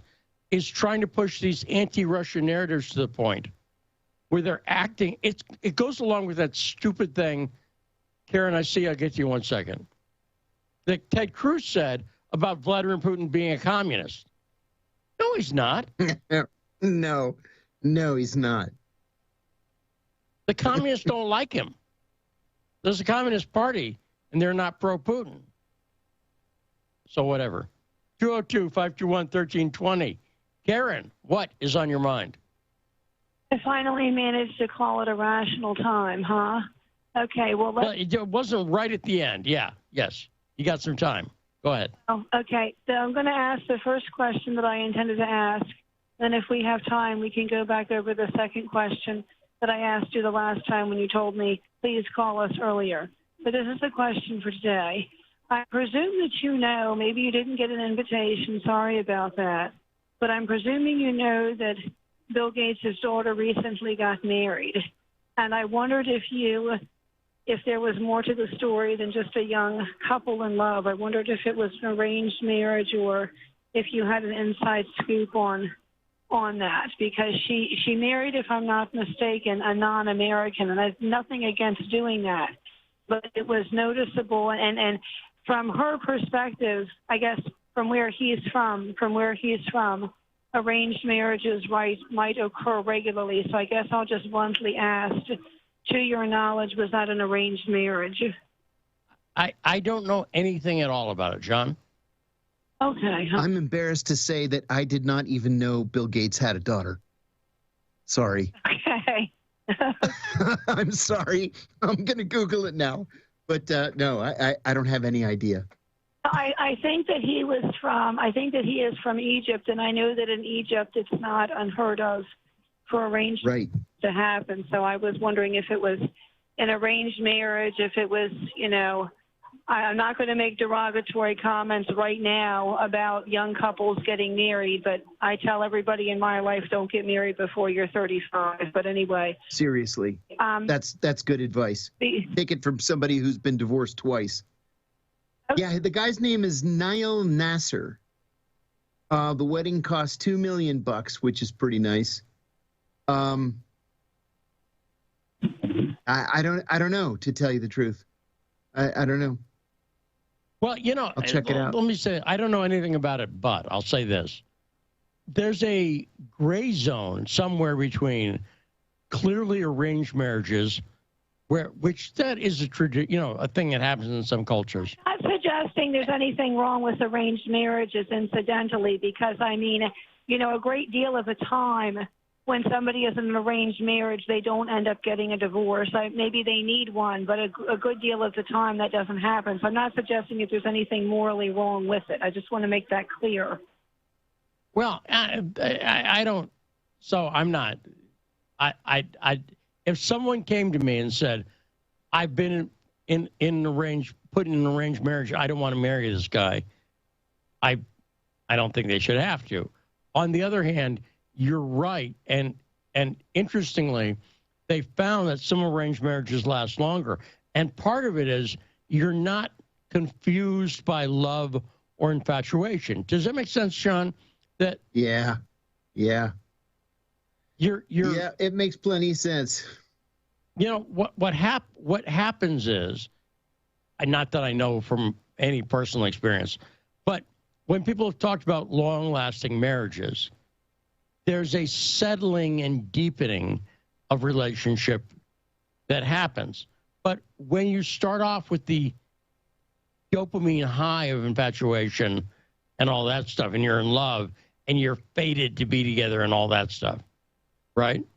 When you start with that dopamine high and that all comes crashing down in 3 to 7 years, which they've learned, that's what happens with infatuation, right, Sean? It's not, I'm just saying, that doesn't mean you can't develop a deepening love, but I can see that. But let me talk about the gray zone for a second. Were Jared and Ivanka an arranged marriage? And the answer is kinda. What I mean by that is, you know, I'm glad you said it that way. Yeah, you know, these kinds of kind of arranged marriages have happened all through history. Look at Saudi Arabia, for example.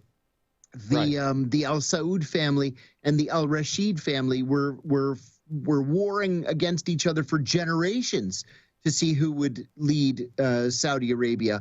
And then when Ibn Saud, Abdulaziz bin Abdurrahman Saud, finally founded what is today Saudi Arabia, instead of killing his enemies, the Rashids, he married his daughters off to them. And so it created this, you know, super tribe that that brought everybody into the mix. So I wouldn't be at all surprised if, you know, this huge real estate family named Trump decided to join with a huge real estate family named Kushner and, you know, make business better for everybody. And that, what you just put it, make business better for everybody.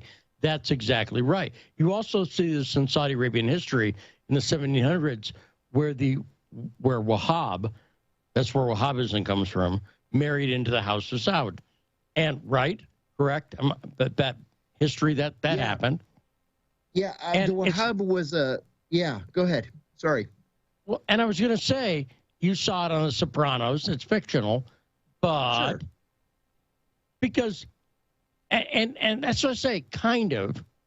But I will say this: in the case of Jared and Ivanka, there was a point where Ivanka wanted to pull out. They were about to get married, and she got cold feet because she didn't want to convert to Judaism. And Wendy Yang, the Chinese now ex-wife of Rupert Murdoch, who's some say a Chinese spy. A lot of people say that, but whatever. And by the way, Wendy Yang dated a lot of people, including Tony Blair, I believe, and Vladimir Putin. That's right. At least, I don't know. I hadn't heard Putin, but yeah, I know she dated Tony Blair. I've heard Putin, but it doesn't mean I believe it.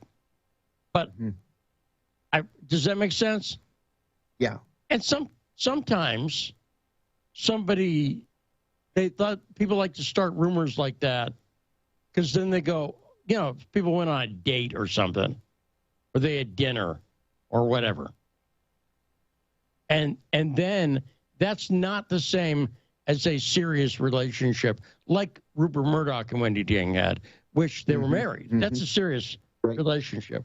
And I think she clearly was into him for his raw sexuality and physicality.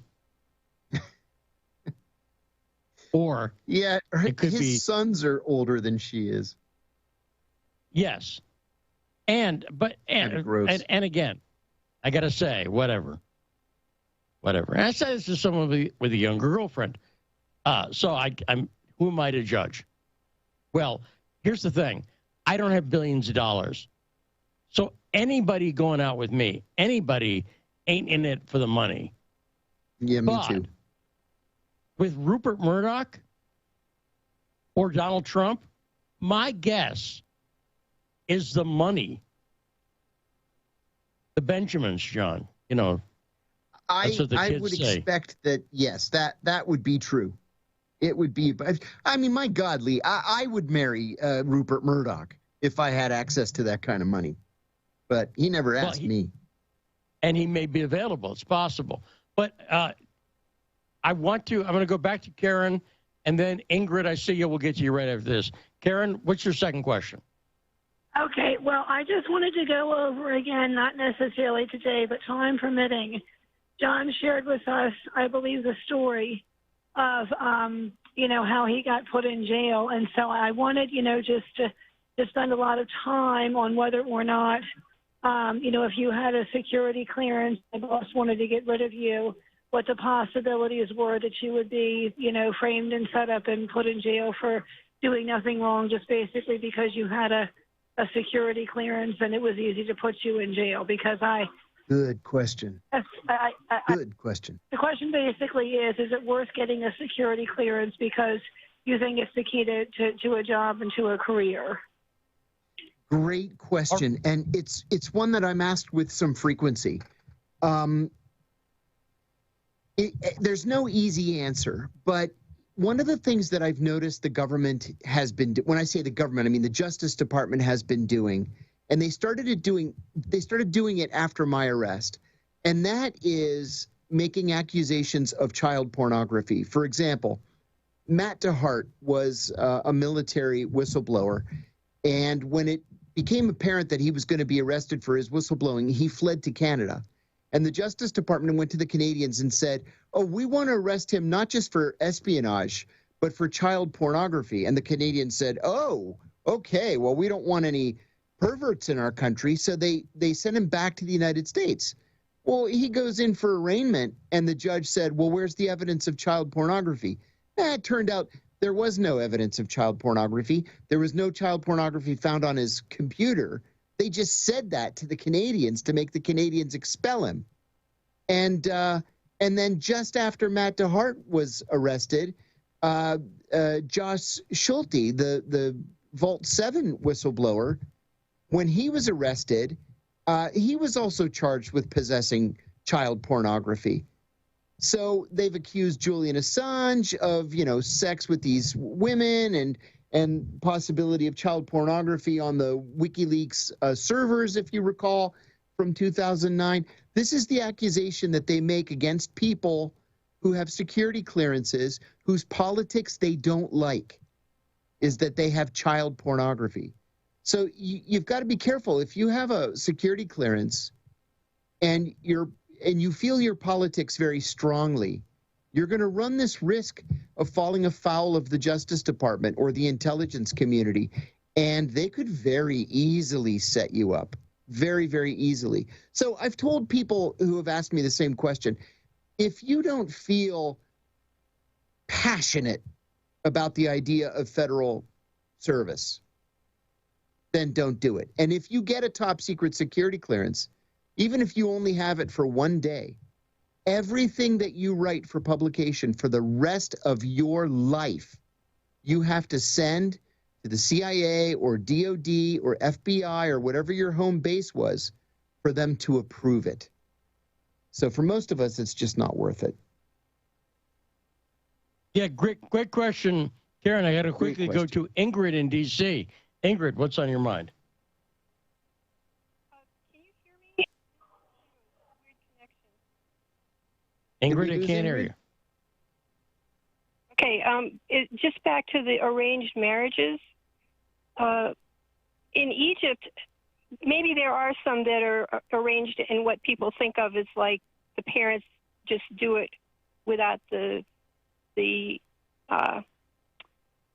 young people knowing. But for the most part, nowadays it's getting more so there's less arranged marriage, period, and more just for love. But usually the children, the prospective bride and groom, they will be the ones who will select a partner, but then there's a meeting between the families, and the arrangement bit is more like either set of parents can put the kibosh on it.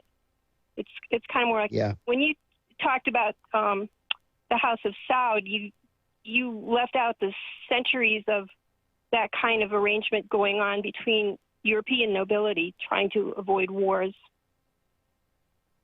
Yeah, it's not unique to the Saudis. Right. Yeah, and I only brought up because we were talking about it, and I know that history. But you're right. Obviously, it's happened in plenty of European countries as well. And there we go. We let me see, it's time. Oh, you know what? I thought we were right at the bottom of the hour, John. I was afraid, and I thought we were going to have to go straight to break, and we're not. And we don't have Joel yet, do we, Saul? Okay, let's go to break then. Awesome. We got more coming up. Great calls. Thanks, Sharif. Thanks to Karen. Thanks to Ingrid. We got more with Joel Siegel coming up right after this short break on The Backstory.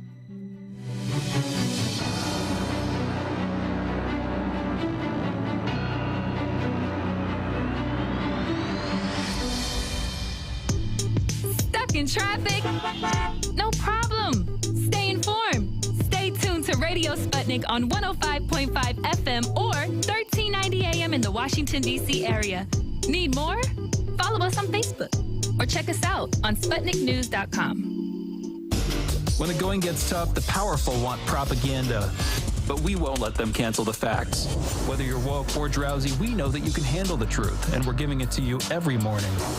Fault Lines with Thomas and Stranahan every Monday through Friday from 7 to 10 a.m. Eastern. Your first stop for sanity in a world gone mad.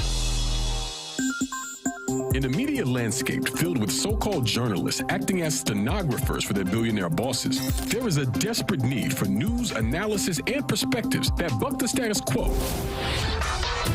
and get to the heart of how domestic and international events impact you and me, as well as showing how we can get involved in the struggle to change that status quo.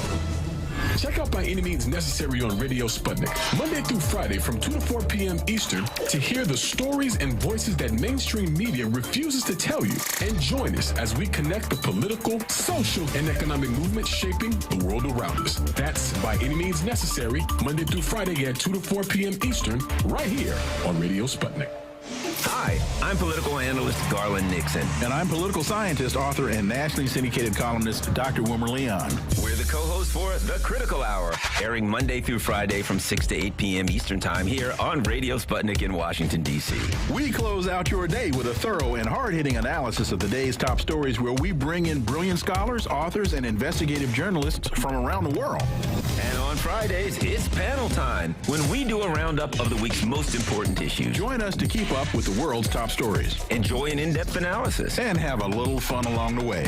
Listen to our show, The Critical Hour, Monday through Fridays on Radio Sputnik.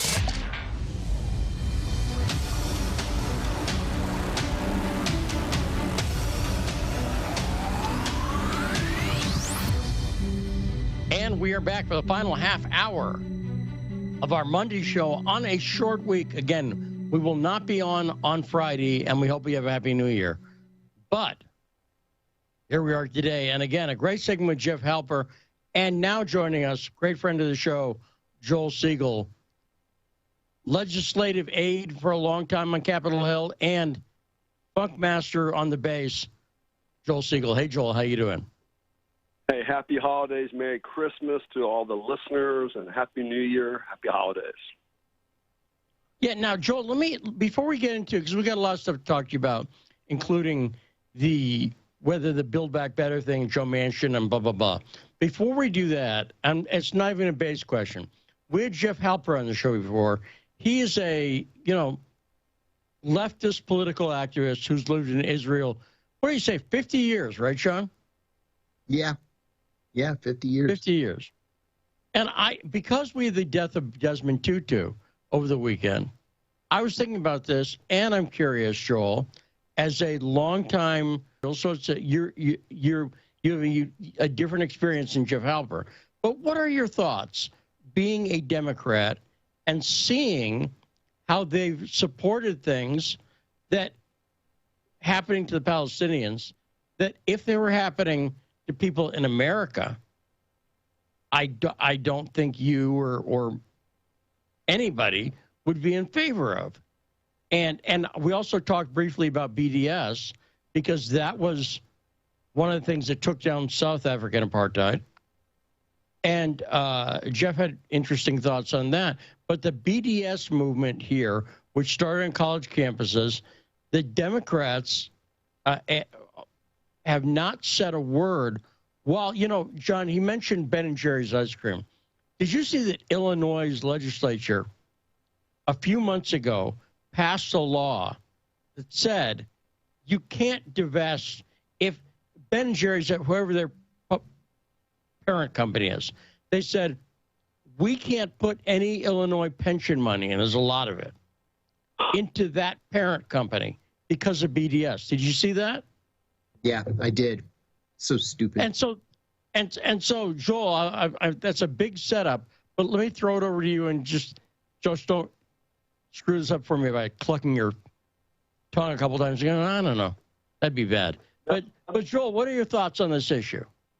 Well, I've been deeply involved in this issue for many, many years. So for 18 years, I was the go-between, very quietly, unofficially, between the PLO and the Palestinian Authority and the U.S. Congress. So that should tell you a little bit about me. I work with Merit's Party, which is the progressive kind of Bernie Sanders wing of the in the Knesset. I hold a monthly forum with progressive Palestinians and Israelis who want to see a peaceful negotiated settlement. The Palestinians have been occupied for 120 years. I think that's long enough. The far-right wing in Israel has done the most deplorable things against the Palestinian people, which includes bulldozing their homes in East Jerusalem, destroying their olive trees, expanding settlements illegally. See, the right wing is the right wing. It doesn't matter whether you're the right wing here or the right wing over there. The American Jewish community does not understand this issue. They're very intellectually confused. AIPAC, in my opinion, is the biggest reason for I think, the wrong-headed policies of the U.S. Congress towards Israel. Biden needs to prioritize bringing the Israelis and the Palestinians to the peace table to secure Israel. There's no other way. They have to coexist together. I'm a supporter of BDS in terms of anything coming from settlements. I don't think the BDS strategy alone is going to work. I think that Biden has to bring the Israelis and the Palestinians to the peace table. In my world, and I'll close, I have a real problem with funding the Israeli government, whatever, $4 to $5, $6 billion in military, when they are, occupying a people who protect them. So the Palestinian Authority provides protection to Israel in the form of joint, counterterrorism efforts. And yes, climate change is going to kill us all, so they better get together, coexist, two-state solution. The one-state solution is a fantasy, which is never going to happen. Maybe way in the future they might have like a canton system like in Switzerland or provinces in Canada. But when I hear people talk about the one-state solution, I kind of roll my eyes like, yeah, that's a great applause line, but neither the PLO or the Israelis are going to go for that. There has to be two-state solution based on 67 borders, land swaps. That's what the final settlement's going to be. I've mentioned before, during the Clinton administration, in the very, very final days of the Clinton administration, not Yitzhak Rabin, but his foreign minister, who later became prime minister, what's his name? He just died. He was like 100 years old. And Arafat were at Camp David with Bill Clinton, and they had an enormous map of Jerusalem on the conference room table, and they were literally dividing Jerusalem block by block, street by street. And when they finished, this friend of mine who was there in the room said that Arafat stepped back and looked at the map and said, I can never sell this to the Palestinian people. And that was the end of the peace process. That was 2000. That was 2001, January of 2001. And we haven't been anywhere near peace between the Israelis and the Palestinians ever since. Do you think that Palestinian opinions have changed? Would Palestinians be willing now, 2 decades later, to accept a divided Jerusalem? And if the answer is yes, do you see any Israeli politician that would be willing to make that concession? Yeah, the Israeli progressives, the left that I work with, Meretz Party, you know, I remember Afif Safia, the former PLO ambassador, told me that progressives in Israel and progressives in Palestine, they already know the borders, they already know what a two-state solution would look like. It's just that, you know, progressives have not been in power in Israel. Mm-hmm. The answer is yes. It's such a long time. In Jerusalem, it's either going to be, well, here's the land. The land swap would be East Jerusalem would become the capital of a Palestinian state, which is where it ought to be. Or it would be an internationalized city, which this is what Jimmy Carter proposed a long time ago. I believe it's in the Geneva Accord, too. But both the people want to coexist. It's the politicians. It's the elected officials. And Hamas, incidentally, 2 years ago, said publicly they'd be willing to accept a two-state solution, even though most people in Gaza don't like Hamas. I will tell you what talks, and that's money. So if there was an international negotiation right now, Hamas was presented with the possibility of getting $5 to $8 billion as long as they took out of their charter no destruction of Israel. I think there will be a negotiated settlement. But what I'm working on right now with progressives in Israel is I'm working with them. They're about to unite under one umbrella. This is something I have a habit of doing, as you know. I'm telling them, unite in Israel and Palestine, 150 organizations, then I will be the go-between between the Congress and Biden and start, you know, moving hard on Biden to bring both sides together. He's not going to do it until after the Voting Rights Acts are passed or Build Back Better. But Biden is going to have to be strong, and AIPAC is a big problem. AIPAC does not represent, by the way, the Jewish community. 70% of the American Jewish community and 70% of the Israelis are for a two-state solution. AIPAC and NAIPAC represent the far-right wing of the Jewish community.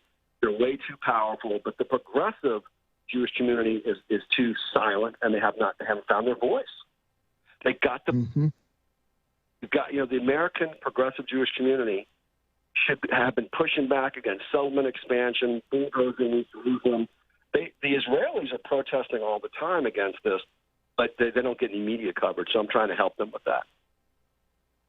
Well, yeah, but you point out, and I want to make sure we get to the Build Back Better situation in a second, but AIPAC, for instance, every major Democratic politician goes to AIPAC as well. And you, as you said, money talks.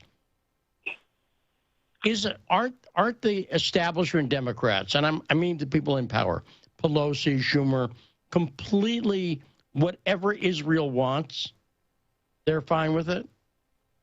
I think that they would change if, for example, the Jewish community and the donor class said, look, we want a negotiated two-state solution. We want a settlement.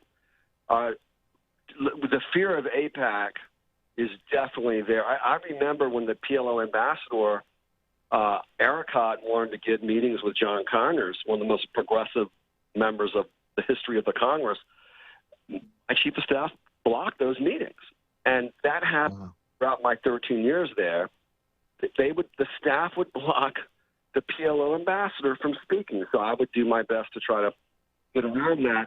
But the other perception is that the Jewish community, I think, we're 1% of this country, by the way, its population. I think 40% of the donations to the Democratic Party come from the Jewish community. The Jewish community that's progressive has to yell as loud as they can and say, we want a negotiated settlement. We want a two-state solution, peace, and security for both the Palestinians and the Israelis. Until that happens, nothing is going to change. And I've told the Israelis and the Palestinians, if you unite and you tell the American Jewish community to support you, we will do that. But they have to see that, that that's what you want. And that is happening. So I have to tell you, I'm organizing. It's going to happen in about a year. I have not disclosed this, but I will disclose it now. There will be a very high-level peace process between Israelis and Palestinians. And the reason why I know is because I've organized it already. It's going to happen. We're talking about generals. We're talking about high-level politicians. And what I told them was I did not wait for the U.S. Congress to do universal health care. I organized a movement. It took 11 years and demanded that Obama and the Democrats work on, covering the uninsured. I didn't wait for elected officials. I didn't wait either when we did global AIDS. You got to take matters in your own hands. You cannot leave Israel and Palestine to the politicians, either in Israel or, here. So progressives have to demand, and that's not a radical idea, by the way. Peace is not a radical idea. It's the only way. There is no other solution. Permanent conflict is not the solution. The reason why AIPAC does what they do, honestly, if you ever seen their building, it's about 10 stories. AIPAC makes the Palestinian Authority in Palestine into a permanent boogeyman so they can make a lot of money. So they get, they have big houses in Bethesda. They drive, fancy cars. It's a money-making machine based on the big lie that the Palestinians want to destroy Israel. It's not true. It's a lie. Palestinian Authority the Palestinian people want their own state. They've been stateless for 120 years. The American Jewish community is on the wrong side of this, and I'm the first to say it. Yeah. Now, Joel. Okay, this sets us up perfectly for one of the big headlines now for months. Basically, is the Build Back Better plan, the big piece of legislation. By the way, you may have seen, John, that they quietly didn't get much fanfare, but the defense spending was authorized. You saw that, right? Yeah, right. You noticed, did you notice there was no real public debate about that? That just happens, right? There was literally zero public debate. And you question members of Congress, and the excuse is that, well, there were no hearings, or there were closed hearings in some cases because of COVID. In the Senate, I believe it was a voice vote rather than a recorded vote. It's just nuts. Okay, so they have that money. If it's quote-unquote defense, in other words, money for defense contractors down the street from Arlington and Crystal City there, then there's plenty of money. But this Build Back Better thing, now, the story is that Joe Manchin's holding everything up. Joe Manchin has said, I'm not going to vote for this, and just take the vote. And it seems to me like, and were you saying it, John, or was one of our guests saying it? Get a Republican. Right? That was one of our guests. Words, yeah. Yeah. Someone was saying, get Lisa Murkowski, for instance. Joel, after you solve Mideast peace, if you were to sit down for lunch with Manchin and Biden and a few other people, what would you do? What's your take on the current situation, Joel Siegel? Well, I was in those situations, for 13 years when I was in the Congress. I was the guy that negotiated the deals with the Blue Dog Democrats and W. Bush, and even the Obama administration. I had to do a lot of negotiating. I would say first thing you do is say to Senator Manchin, what is it in the bill that you support? That's number one. Okay, then you lay out the contours of that. We got to look at the political reality here, and you should pass basically the Manchin Build Back Better plan, because that's what it is. It's going to be the Manchin Build Back Better plan. Pass that. Agreed. Then number two, you start introducing what are called standalone bills. Number three, the Biden administration, I don't know, I haven't worked with his people, but what you got to do with Manchin is look at what's his fear. His fear is that his $500,000 that he gets a year from the proceeds from his coal waste company, and the industry of coal will be eviscerated as a result of BBB. So you got to say, we're going to build in West Virginia, we're going to build battery plants, electric pump plants. We're going to build wind turbine plants, and we're going to create thousands of more jobs through clean renewable energy. And if you want to have a piece of that, well, that's fine. Unless they do that, Manchin's never going to change. And then furthermore, unless we do that, we're going to destroy our planet. And Manchin has a big role in destroying our planet because we have less than 10 years to move to 100% clean renewable energy. Well, we have to go about 80% clean renewable energy in every energy sector within 10 years. Now, that's from 13,000 scientists. I'm not making that up. Manchin has to see how he can benefit from clean renewable energy revolution. That includes himself, unfortunately, and jobs. If they don't do that, Manchin's never going to agree to anything. Manchin, to be honest with you, he doesn't care about climate change. I don't think he really cares that much about people in West Virginia, because the coal union are very angry at Manchin because they want that child tax credit back. Manchin is worried about his donors, and he's worried about the coal and gas lobbyists that give him most of his money. But this is a very serious situation. The Earth is in jeopardy, and we got one person who can just literally help destroy our planet. It's a sad day, but that's what I would do. Do you think that there's going to be some sort of scaled down version of Build Back Better? Something that's going to give Manchin what he wants, even if it infuriates progressives, that's going to pass into law? Yeah, Cardin has been talking about this. And right. Yeah, he made a statement again today. Yeah, there'll be a scaled-back version of BBB, and then they'll do standalones, and there'll probably be a few executive orders. But, yeah, so the hard infrastructure was already passed, which is a great bill, by the way. Soft infrastructure, it's going to be the Joe Manchin BBB bill. One thing about Manchin, if you read the book Peril by Woodward, is Manchin does care. He does care about peer pressure. He does care about what other senators think about him. It's not interesting. He does. So, I mean, by the way, when you're actually working with your colleague, you have to sit next to him at lunch, and you're going to different events. There's somewhat, it's a boys' club in a way, and he doesn't want to be completely the bad guy who went against his own president. But when he went on Fox News, I mean, if that wasn't kind of really telling about who this guy is, he was telling those who look at Fox News in West Virginia and his donors across the country, I'm with you. I'm one of you. I'm really a Republican. I'm one of you. Nevertheless, he did vote yes on the infrastructure bill, and he's more progressive than one would think on anything dealing with voter suppression, election protection. So, but unfortunately, the way, the Senate is set up and the House, a lot of the decisions that are being made are the result of gerrymandering, not the result of true democracy. Gerrymandering is a very serious problem. There would be a lot more Democrats in the Senate if it wasn't for gerrymandering.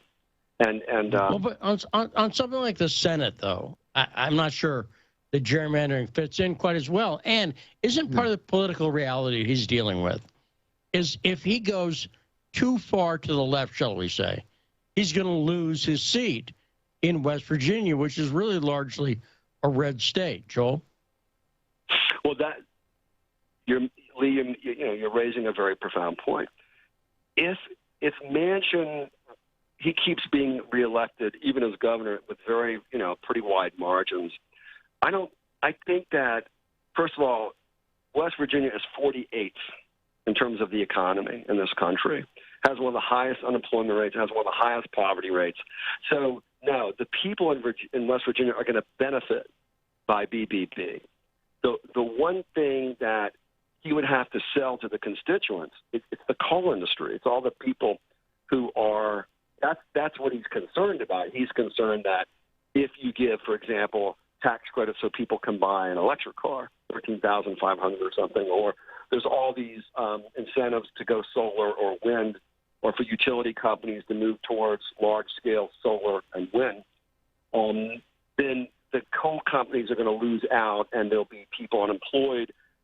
Once again, it's real simple. He could sell the bill if he had the kind of more, ammunition to say there's going to be tens of thousands of more good-paying union jobs by moving towards a transition to clean renewable energy. And if you're a coal worker, you will be retrained and paid while you're retrained to work in a field where you're not going to die of black lung and white lung, which is what happens in West Virginia. So, no, I don't think I think he's worried about his donors.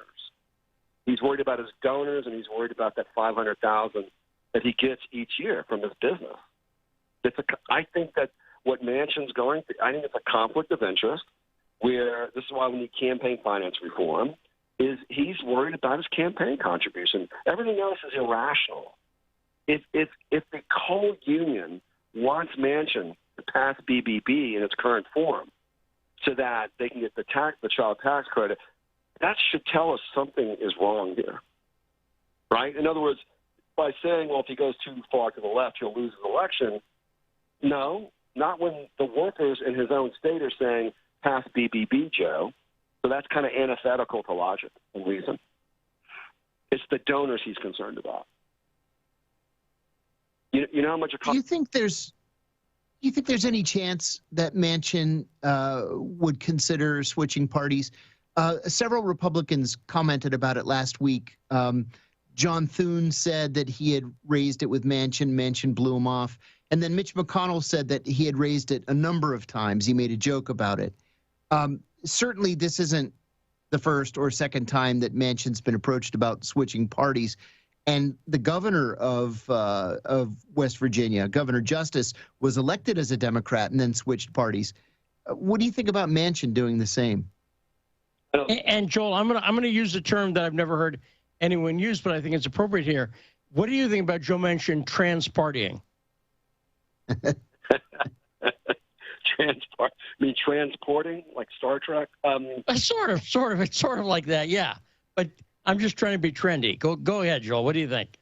He's in the tradition of Harry Bird and, kind of a blue dog, whatever. His formula that works is he runs as a blue dog Democrat.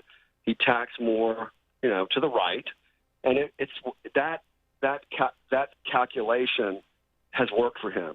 It's worked for him, when he ran for governor. It's worked for him when he ran for the Senate. I mean, I think his commercial that he ran, he got like a gun or a rifle and he started shooting something that was some kind of a climate change bill that he wanted to destroy. So it's very clear, where Manchin is coming from. No, I think he's going to stay in the party. What the Democrats have to do, they have to figure out a way to get more Democrats elected to the Senate, like they did in Georgia. They got to use the Georgia formula, something that I'm working on right now, and that's you got to run progressives and get the black and brown and young people's vote, and that way you don't have to rely only on Manchin or Sinema.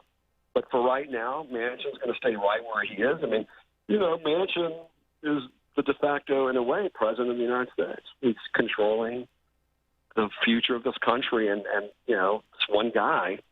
And the one thing, because of COVID-19, a lot back in the day, when McConnell was trying to destroy Obamacare, which I worked on in leadership for 11 years, I texted Reverend William Barber and I said, I think we need to block McConnell's office and do civil disobedience and do a prayer vigil. 2 weeks later, that's what we did. I got arrested. Back in the day, there would have been protests everywhere. There would have been, people protesting in front of his office. But there seems to be, like, we forgot that Martin King made Johnson pass civil rights legislation. So the problem is that there's going to have to be a very serious strategic conversation. How do people in West Virginia influence Manchin?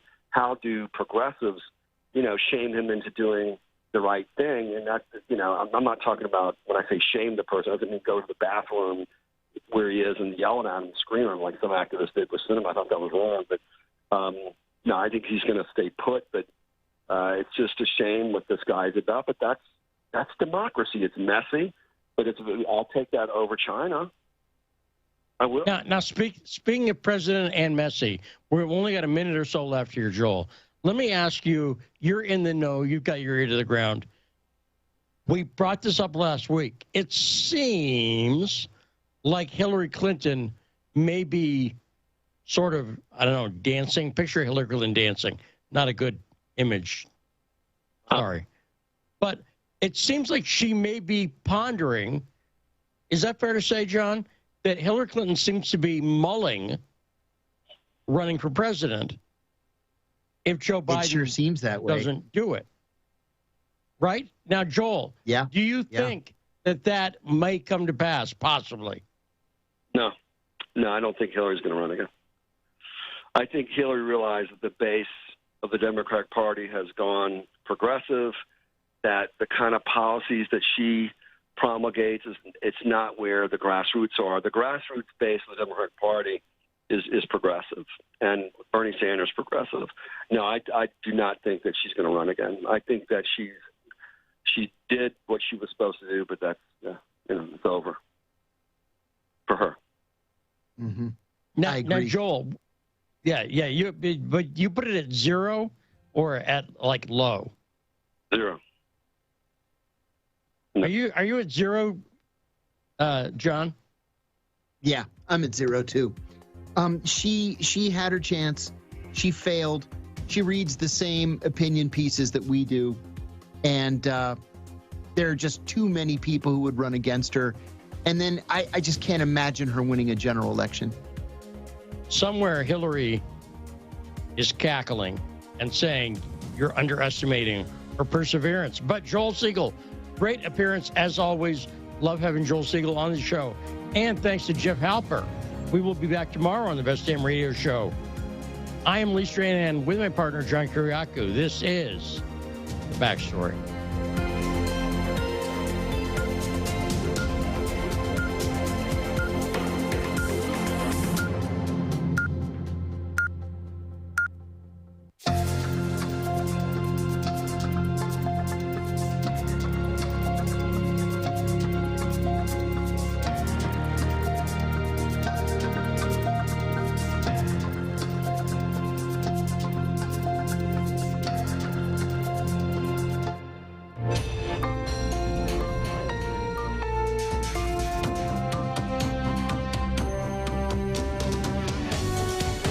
Listening to Radio Sputnik. Telling the untold.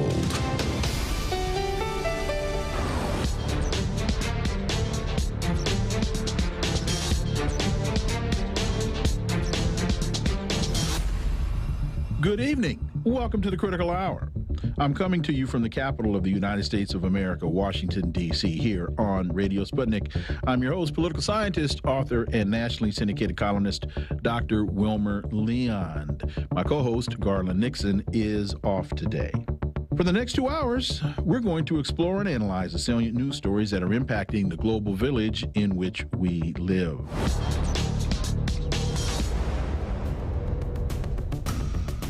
According to TASS, Russia not bluffing on security proposals. Going to explain this to the West, according to a senior Russian diplomat. Russia is not bluffing by putting forward the security safeguard proposal on a part of NATO and the U.S. and will make every effort to facilitate the West's awareness of it. Deputy Foreign Minister Sergei Ryabkov told the Foreign Affairs magazine earlier today. In speaking the language of diplomatique, what does this really mean? For insight, we turn to our first guest. He's a Moscow-based international relations and security analyst, Mark Sleboda. As always, Mark, welcome back. Dr. Leon, thanks for having me. It's always an honor and a pleasure to be on the Critical Hour. So, quote, when we say loud and clear that we demand an official withdrawal of the decision made at the 2008 Bucharest summit relating to Ukraine and Georgia's intentions to join NATO, when we say that further expansion of NATO needs to be prevented, when we say that NATO facilities and all kinds of activities that are provocative for Russia need to be rolled back to the positions that existed in 1997 when the NATO-Russia Founding Act was signed, we are not bluffing. These are our real proposals. The West's awareness of this needs to be facilitated, and we are going to make every effort to achieve it, the senior diplomat noted. Mark, this does not sound like diplomatique or diplomatic speak. It's even clear enough for me to understand. As they say on the corner, mess around out here if you want to, and there's a whooping that's waiting if you engage. What say you, Mark Sleboda? Yeah, I actually have to disagree. I think it sounds exactly like much of the diplomatic language that we hear out of Washington, D.C. On a regular basis and have heard for decades. What Russia is saying is, to put it in American diplomatic language terms, enough is enough. We are drawing a red line. Roll your stuff back, or all options are on the table. That is what they're saying. And I think, having become accustomed to the U.S. use of that type of language, I think that, Sputnik's audience will probably understand exactly, how serious Russia is being with all of this.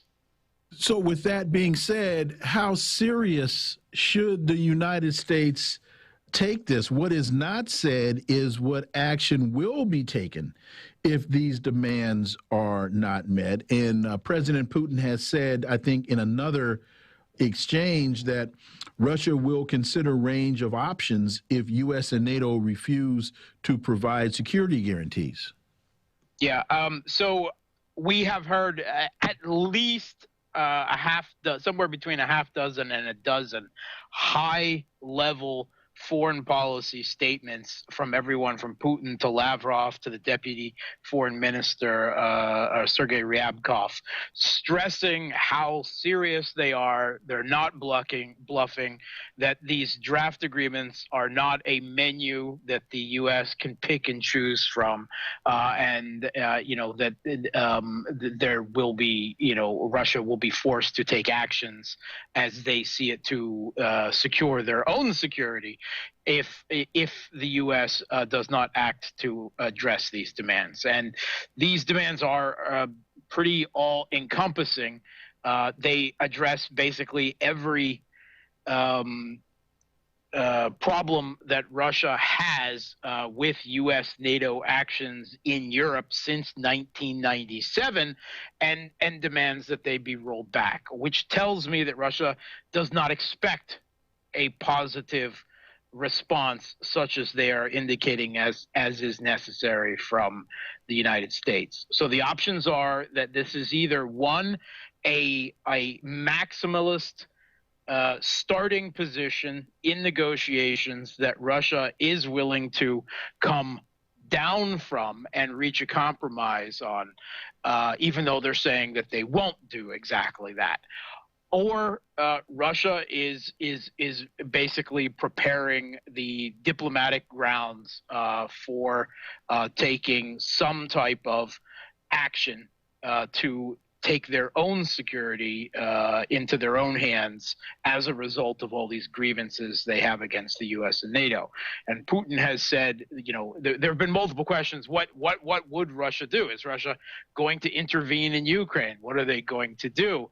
And Putin has said, and he is being deliberately vague. Again, what he's saying is all options are on the table. He said it may vary. It will depend on the proposals that our military experts will make to me. And in other statements, they've talked about adequate military technical measures.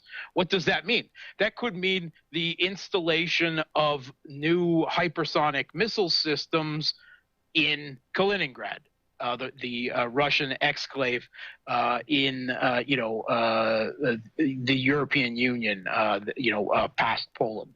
As a remnant of World War II. Or it could mean an actual military intervention of some scale into Ukraine to prevent the de facto NATOization of the country with the installation of NATO infrastructure and some 10,000 NATO trainers and advisors, according to the Russian Foreign Ministry, that are now in the country. And they are deliberately, I think that the Russian government, it does not massing large numbers of troops beyond what they have been for the last 7 years on the Ukrainian border. Actually, if we're talking right in the vicinity of the border, Ukraine has some, thousands more troops on that border than Russia does, something that amounts to half of their military, and they have long been there or long been building up there. But Russia, I believe, from the intelligence that Western analysts have provided from satellite data, and I think they're largely correct on this, Russia, to a much greater depth back within their own country, has created logistical staging grounds where equipment is pre-positioned. Now, the distance back from Ukraine is larger than the diameter of many European countries, but it is still in a position where Putin, I believe, is creating options where he could intervene in short notice if he needed to, if he felt that he needed to, if he doesn't get the response that he says that he is looking for from the West. And that is also helping to create, of course, some coercive element to Russia's diplomacy, reinforcing that the West should take Russia seriously here, because it has become perfectly obvious that at least to Russia, that over the last few decades and the increase in tensions, that military force is the only language that the White House understands. So they are speaking in that language on the ground. You are an expert here. And as I have listened to you, as I have listened to Scott Ritter and Ray McGovern, I walk away with what I think is the analysis of, A, this is a fight the United States really doesn't want, and B, this is a fight that the United States really can't win. So as you sit in your office and you listen to what's being said and you look at the action being taken by the United States, my question is, why? Is that a valid question? Is that a valid question? Yeah, it absolutely is. Absolutely. Okay. Let's consider the worst case scenario and say that within a couple months, the U.S. blows Russia off and doesn't respond or keeps them hanging and continues this long 7 years of ignoring the Minsk agreements, not doing anything to push Kiev, their client state in Kiev, to fulfill them. And Russia does decide to militarily intervene. Okay, first of all, Russia does not see the Ukrainian people as their enemies. They see the regime that seized power in 2014, overthrowing the democratically elected government of Ukraine, and that has been, helped, supported in the putsch and ever since on a drip feed by the U.S. and other European countries. That is their enemy. And in any given military conflict, they would very much want to reduce the number of Ukrainian casualties to the absolute minimum. They don't want to kill Ukrainians because they still, at the end of the day, hope to win the hearts and minds of the majority of Ukrainians, that this is not what they wanted, this is not what they intended, this is a result of what happened in 2014, and we are still fraternal peoples. Obviously, that will not be received well in Western Ukraine, and there's not much hope there, but in Eastern Ukraine and even somewhat in Central Ukraine, that is a very different measure. So any action would probably be standoff measures taken against the Ukrainian military, cruise missiles, airstrikes, artillery fire from a distance, and so on, rather than an initial blitzkrieg of tanks or something of that sort. But even then, you have to remember that the Ukrainian military is still over 90% conscript. Right. These are young boys, drafted from around the country. And the regime in Kiev has even now just changed a legislation to allow the drafting of women, of a whole new range, a much broader spectrum of women into the military in the event of some type of further armed conflict. So Russia doesn't want to do that. They would probably decide to take measures, work with resistance forces in Ukraine to try some type of decapitation, political covert action to remove the government in Kiev. That would be more a best case scenario. There could be further measures, economic measures, that might be a lesser step than an armed intervention against Kiev. The Kremlin does have a large range of options on the table, and an actual military intervention that we're talking about would be the last case. But either way, the U.S. is not going to step into Ukraine. They will withdraw their, quote, trainers and advisors, the 4,000 or so of them that are there. And they have already spoken about this quite plainly. Biden has said that we would not engage in conflict in Ukraine, but that they are already looking at arming an insurgency, particularly in West Ukraine, in the event that happens. And there's a lot of historical precedent for that, because right after World War II, the U.S. did the same thing, arming the Forrest brothers, the Ukrainian insurgent army, the Organization of Ukrainian Nationalists, these Nazi collaborator groups in West Ukraine that had embraced Hitler's invasion of the Soviet Union and served U.S. options as basically terrorists, insurgents within the Soviet Union. The U.S. did that all during the 50s, and that looks exactly like what they would be going back to and are openly discussing, you know, on the pages of the Washington Post and so on as their options here. So that is the role that the U.S. would have. And that is actually what the U.S. is perfectly okay with, an armed conflict between Russia and a regime in Kiev that kills large numbers of Ukrainians and even, Russians, would not escape completely unscathed. The U.S. is perfectly happy with that. That's a win-win scenario for them. And we've got just about 45 seconds. As soon as you said Western Ukraine, I thought Nazis. And so the United States is arming Nazis. I didn't think Nazis were good people. Yeah, well, I mean, these are homegrown Banderite fascists who allied with Nazi Germany. Their primary hatred is directed against ethnic Russians and leftists, and Jews are just a second-tier category for them. And as long as the principal object of the hatred is Eastern Ukrainians, ethnic Russians, and Slovak leftists, it's okay. The U.S. is perfectly fine. Those are our Nazis. Got it. Oh, okay. Better our Nazis than they're Nazis. Okay. As always, Mark Sloboda, as always, man, thank you so much for your time. Greatly, greatly appreciate that analysis. We look forward to having you back. Thanks for having me. Folks, you're listening to The Critical Hour here on Radio Sputnik. I'm Wilmer Leon, and there's more on the other side. Stay tuned.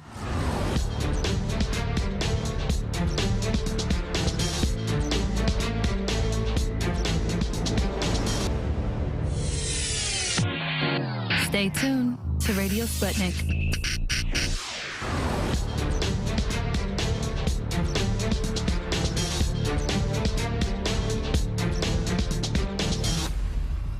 We are back, and you're listening to The Critical Hour on Radio Sputnik. I'm Wilmer Leon. There's an interesting piece in antiwar.com entitled, "What? No Russian invasion of Ukraine?" The author writes, "I hope you know this by now, but on Christmas morning, the Russian military announced a sizable troop withdrawal from Russian territory near Ukraine. The New York Post's Eileen A.J. Connolly jumped on the story. At noon Saturday, her piece, "Over 10,000 Russian Troops Leaving Ukraine Border Region After Months of Drills," was posted. Well, what does all of this really mean?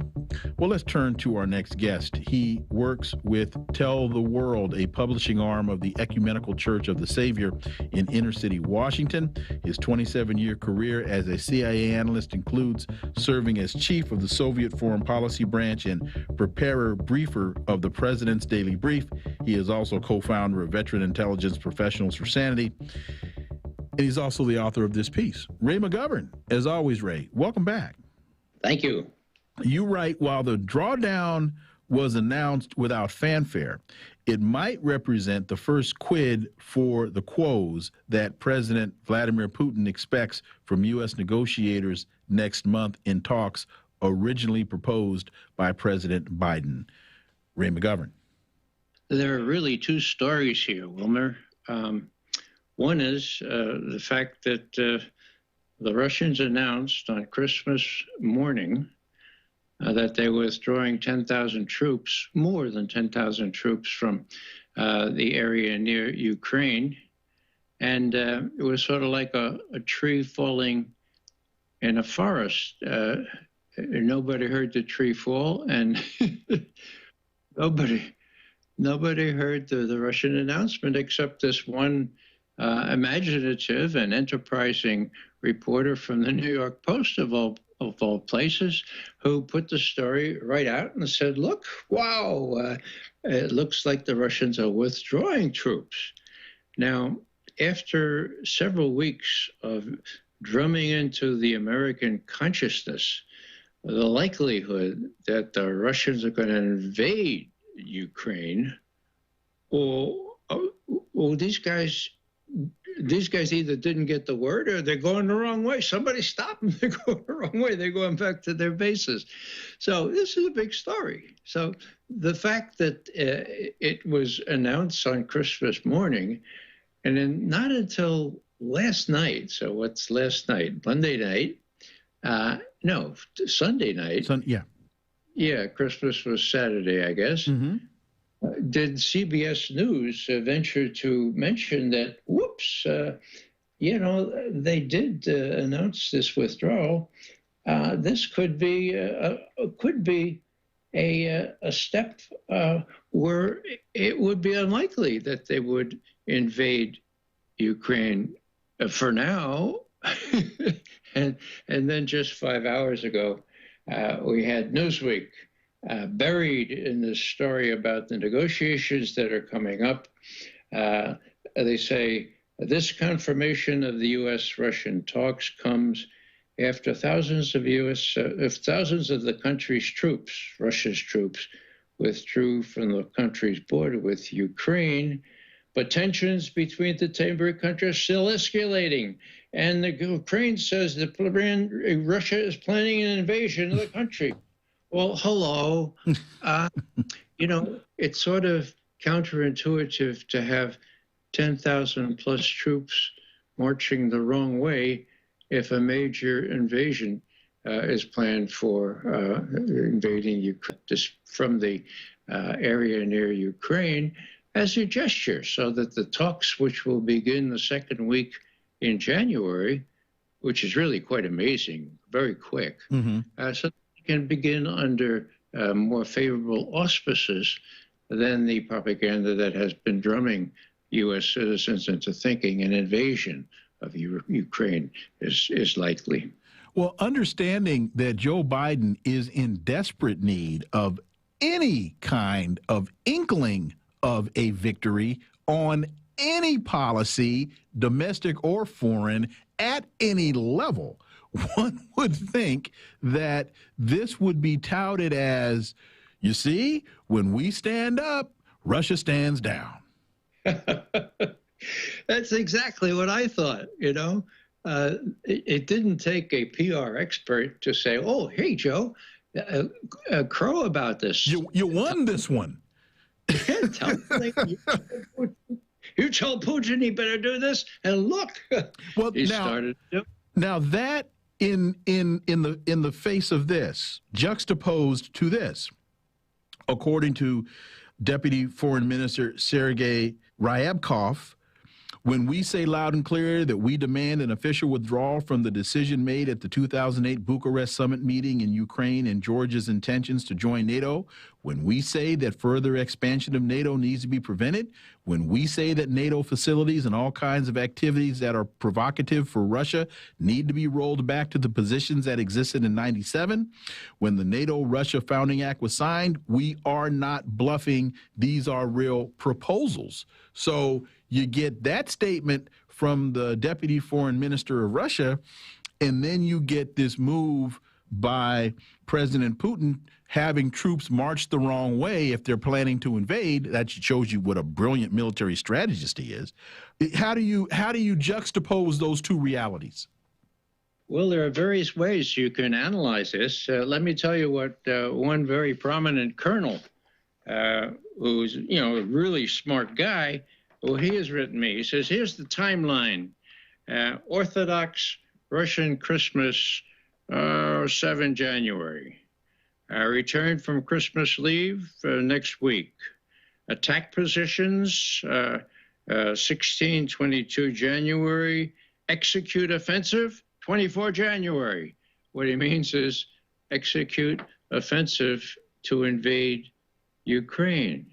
Now, the premise here is that Putin does not receive a guarantee in writing that NATO will not expand beyond its current borders. Well, come on. The U.S. has shown itself incredibly able to move quickly on this. They clearly are moving scared. I have my own speculation as to why that is so. They're going to talk in 2 weeks. So the military mind says, no, the Russians have the troops there. If the U.S. doesn't agree on the spot not to allow Ukraine into NATO, boom, there's going to be an invasion. That's not what's in the cards. What's in the cards are negotiations.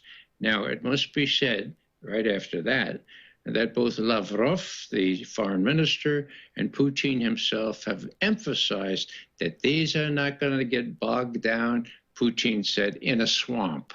Lavrov said yesterday, the U.S. knows how to prolong talks ad infinitum.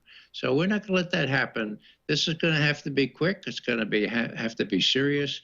And if all indications are that the U.S. is moving with alacrity on this, maybe for once the U.S. will show up with some position papers where there can be real give and take, concessions on both sides. But I don't think, particularly since we have many Russian troops going the wrong way, I don't think that Russia is only going to give us 1 week to come and meet its key demands. I think this will go on into February for sure, but that there will be some give in the U.S. position to prevent the worst. Now, I want to add this before I run out of time, and that is the big new factor, of course, is the elephant, or as I would put it, the dragon in the living room. The dragon is China. The president of China has said our relationship with Russia exceeds an alliance. Exceeds an alliance. I've tracked down the Russian word that was used to translate that. I don't have the Chinese, but that's big, okay?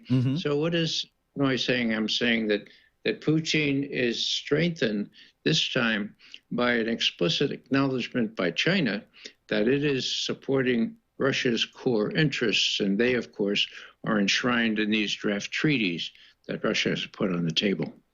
There's a story in the American Conservative, Washington prepares to fail in Ukraine. Douglas McGregor writes, it's an indispensable fact Washington leads the world in self-delusion. Washington's political class is poised to march into a hurricane of its own making in Ukraine, a perfect storm of foreign and defense policy blunders likely to plunge the American people into future crises and conflicts. Your thoughts, Ray McGovern? Well, I think that's a broad brush look at what's likely to happen over the next couple of years. My focus is on what's going to happen with respect to Ukraine and what's going to happen with respect to these Russian treaties that they have tabled. For the first time, I think there's some leverage that the Russians have chosen to use, not only the thousands of troops on the Ukrainian border. We never learn how many, people say, there are going to be 175,000 Russian troops descending on the Ukraine in January or February. That's from intelligence sources, okay? Now, that's going to happen while they're negotiating in Geneva? I don't think so. So we have a lot of myths surrounding this. But the key operative factor here is that Washington has been given the word by Putin. I believe it came at the 7 December virtual one-on-one or 1-on-5 between Putin and Biden. And I think what we don't know is that Putin probably said, look, Joe, after our meeting back in June, you said some really strange things that I have to I have to disabuse you of. You said that we were squeezed. And we had to fear China because of our long border and China's. Nothing could be farther from the truth, Joe. We have a close ally in China, and if you need proof of that, just watch what we show about like the conversations with President Xi in just a week, which they did. Ray McGovern, as always, thank you so much for your time. Happy holidays to you and the family. We look forward to having you back. Thank you very much. Thank you, Ray. Folks, you're listening to The Critical Hour on Radio Sputnik. I'm Wilmer Leon. There's more on the other side. Stay tuned.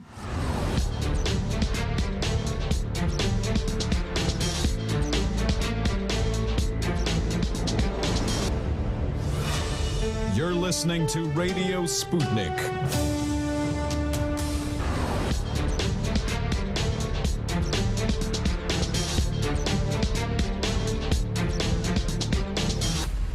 We are back, and you're listening to the Critical Hour here on Radio Sputnik. I'm Wilmer Leon.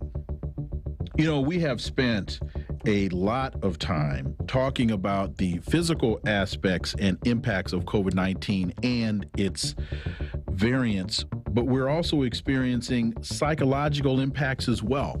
There's a piece in the Washington Post: the pandemic has caused nearly 2 years of collective trauma. Many people are near a breaking point. What are we to make of this? For insight, we turn to our next guest. She's a board-certified pediatrician, obesity medicine specialist, and public health expert. She has a telemedicine practice at AskDrYola.com. She is Dr. Yolandra Hancock. As always, welcome back. Thank you so much for having me. So I think we're going to lean on your public health expertise for most of this conversation. Across the U.S., an alarming number of people are lashing out in aggressive and often cruel ways in response to public health policies or behavior they dislike. An airplane passenger is accused of attacking a flight attendant and breaking bones in her face. 3 New York City tourists assaulted a restaurant host who asked them for proof of vaccination against the coronavirus. 11 people were charged with misdemeanors after they allegedly chanted "no more masks," and some moved to the front of the room during a Utah school board meeting. Your thoughts, Dr. Hancock? And what's interesting to me as a political scientist is that these events seem to be happening more in the United States than in other countries around the world. Absolutely. It's amazing to me that we're seeing the worst of human behavior in the middle of a pandemic where we should be pulling together, working collectively to get through this. But it also speaks to an epidemic in this country that happened well before this pandemic, and it was the mental health crisis that our country was experiencing. We already know, based on the data, that what we call diseases of despair, alcoholism, drug addiction, all of those things. We've seen suicide, homicide, all of those things were increasing already prior to this pandemic. And then when you layer on top of that such a stressful time, almost 2 years in, and we are still in the middle of this pandemic with a wave even more significant than some of our previous waves. Like, we're literally breaking records every single day, and we're now in December, almost January of 2 years from when this all began. And it's unfortunate that we are in a space where people feel the need. For me, as a pediatrician, I know you said we're going to tap into my public health role, but as a pediatrician and a mother, it reminds me of when I've had to navigate parents through children's terrible twos and when they become teenagers, where children